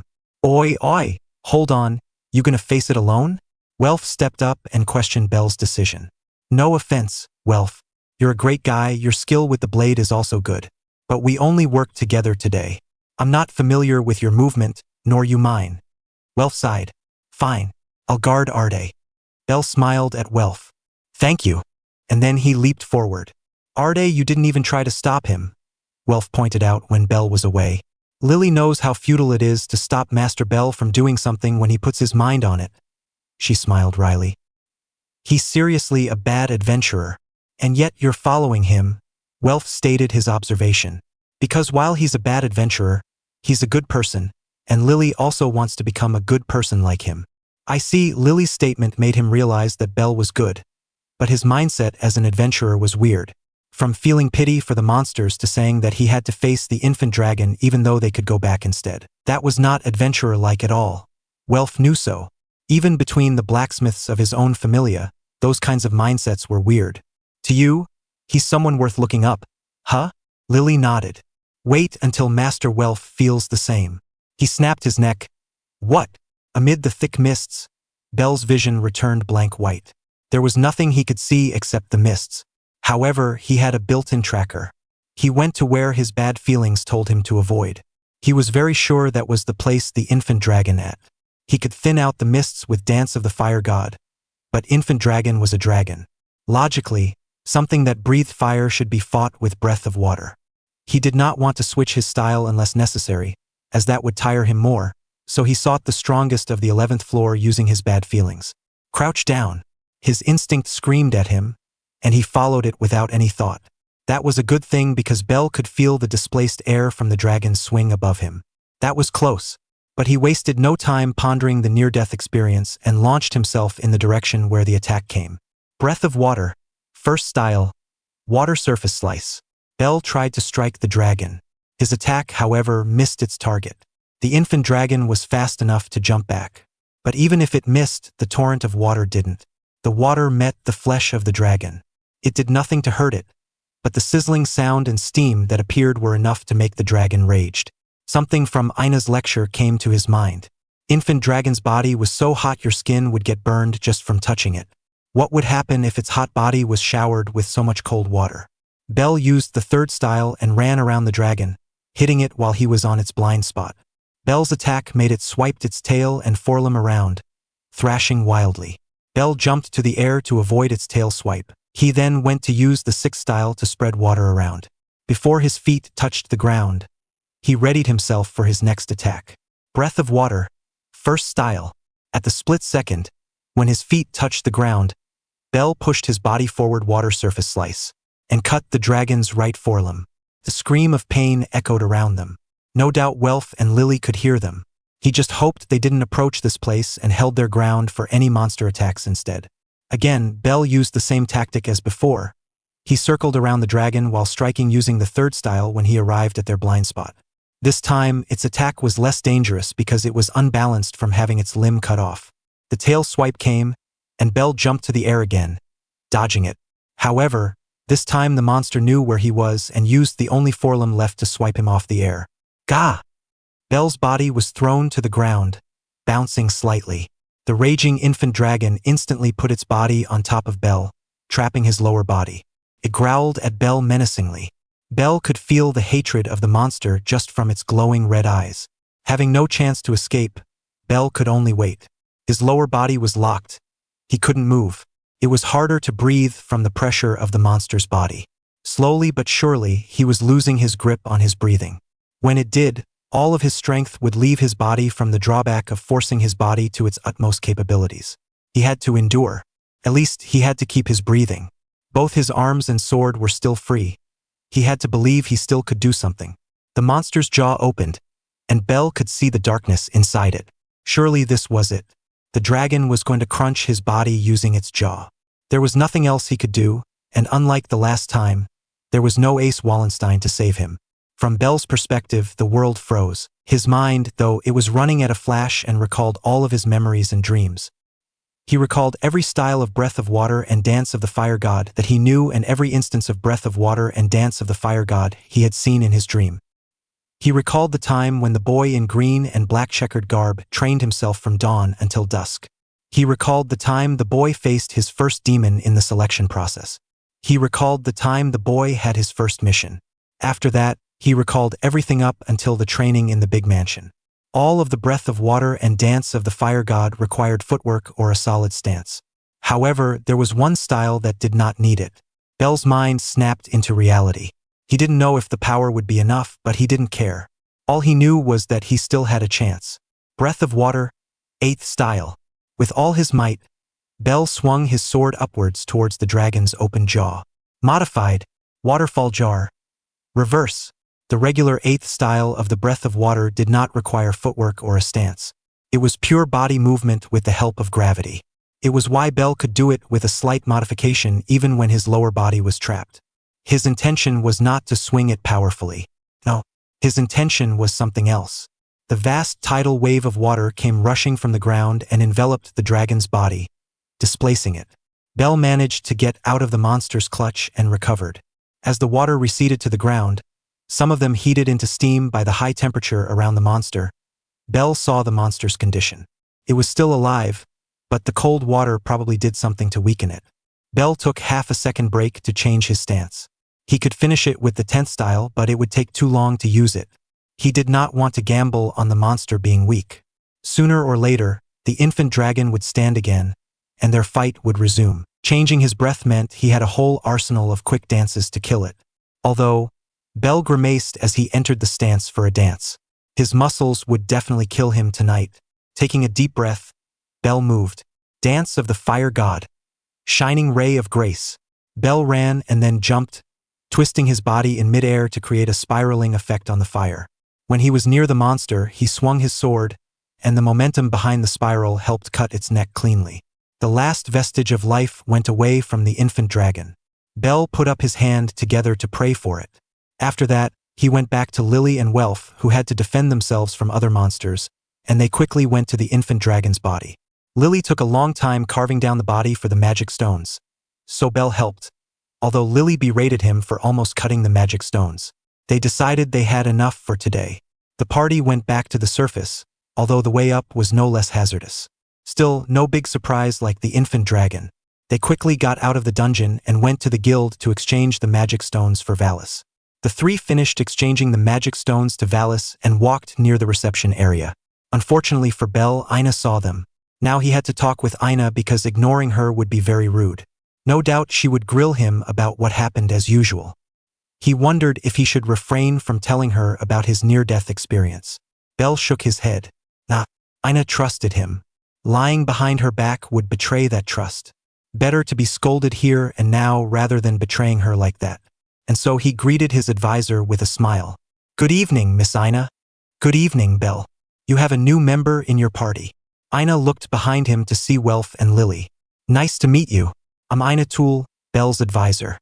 Welf just looked amazed at something Bell didn't know. He immediately went to a hushed whisper with Lily.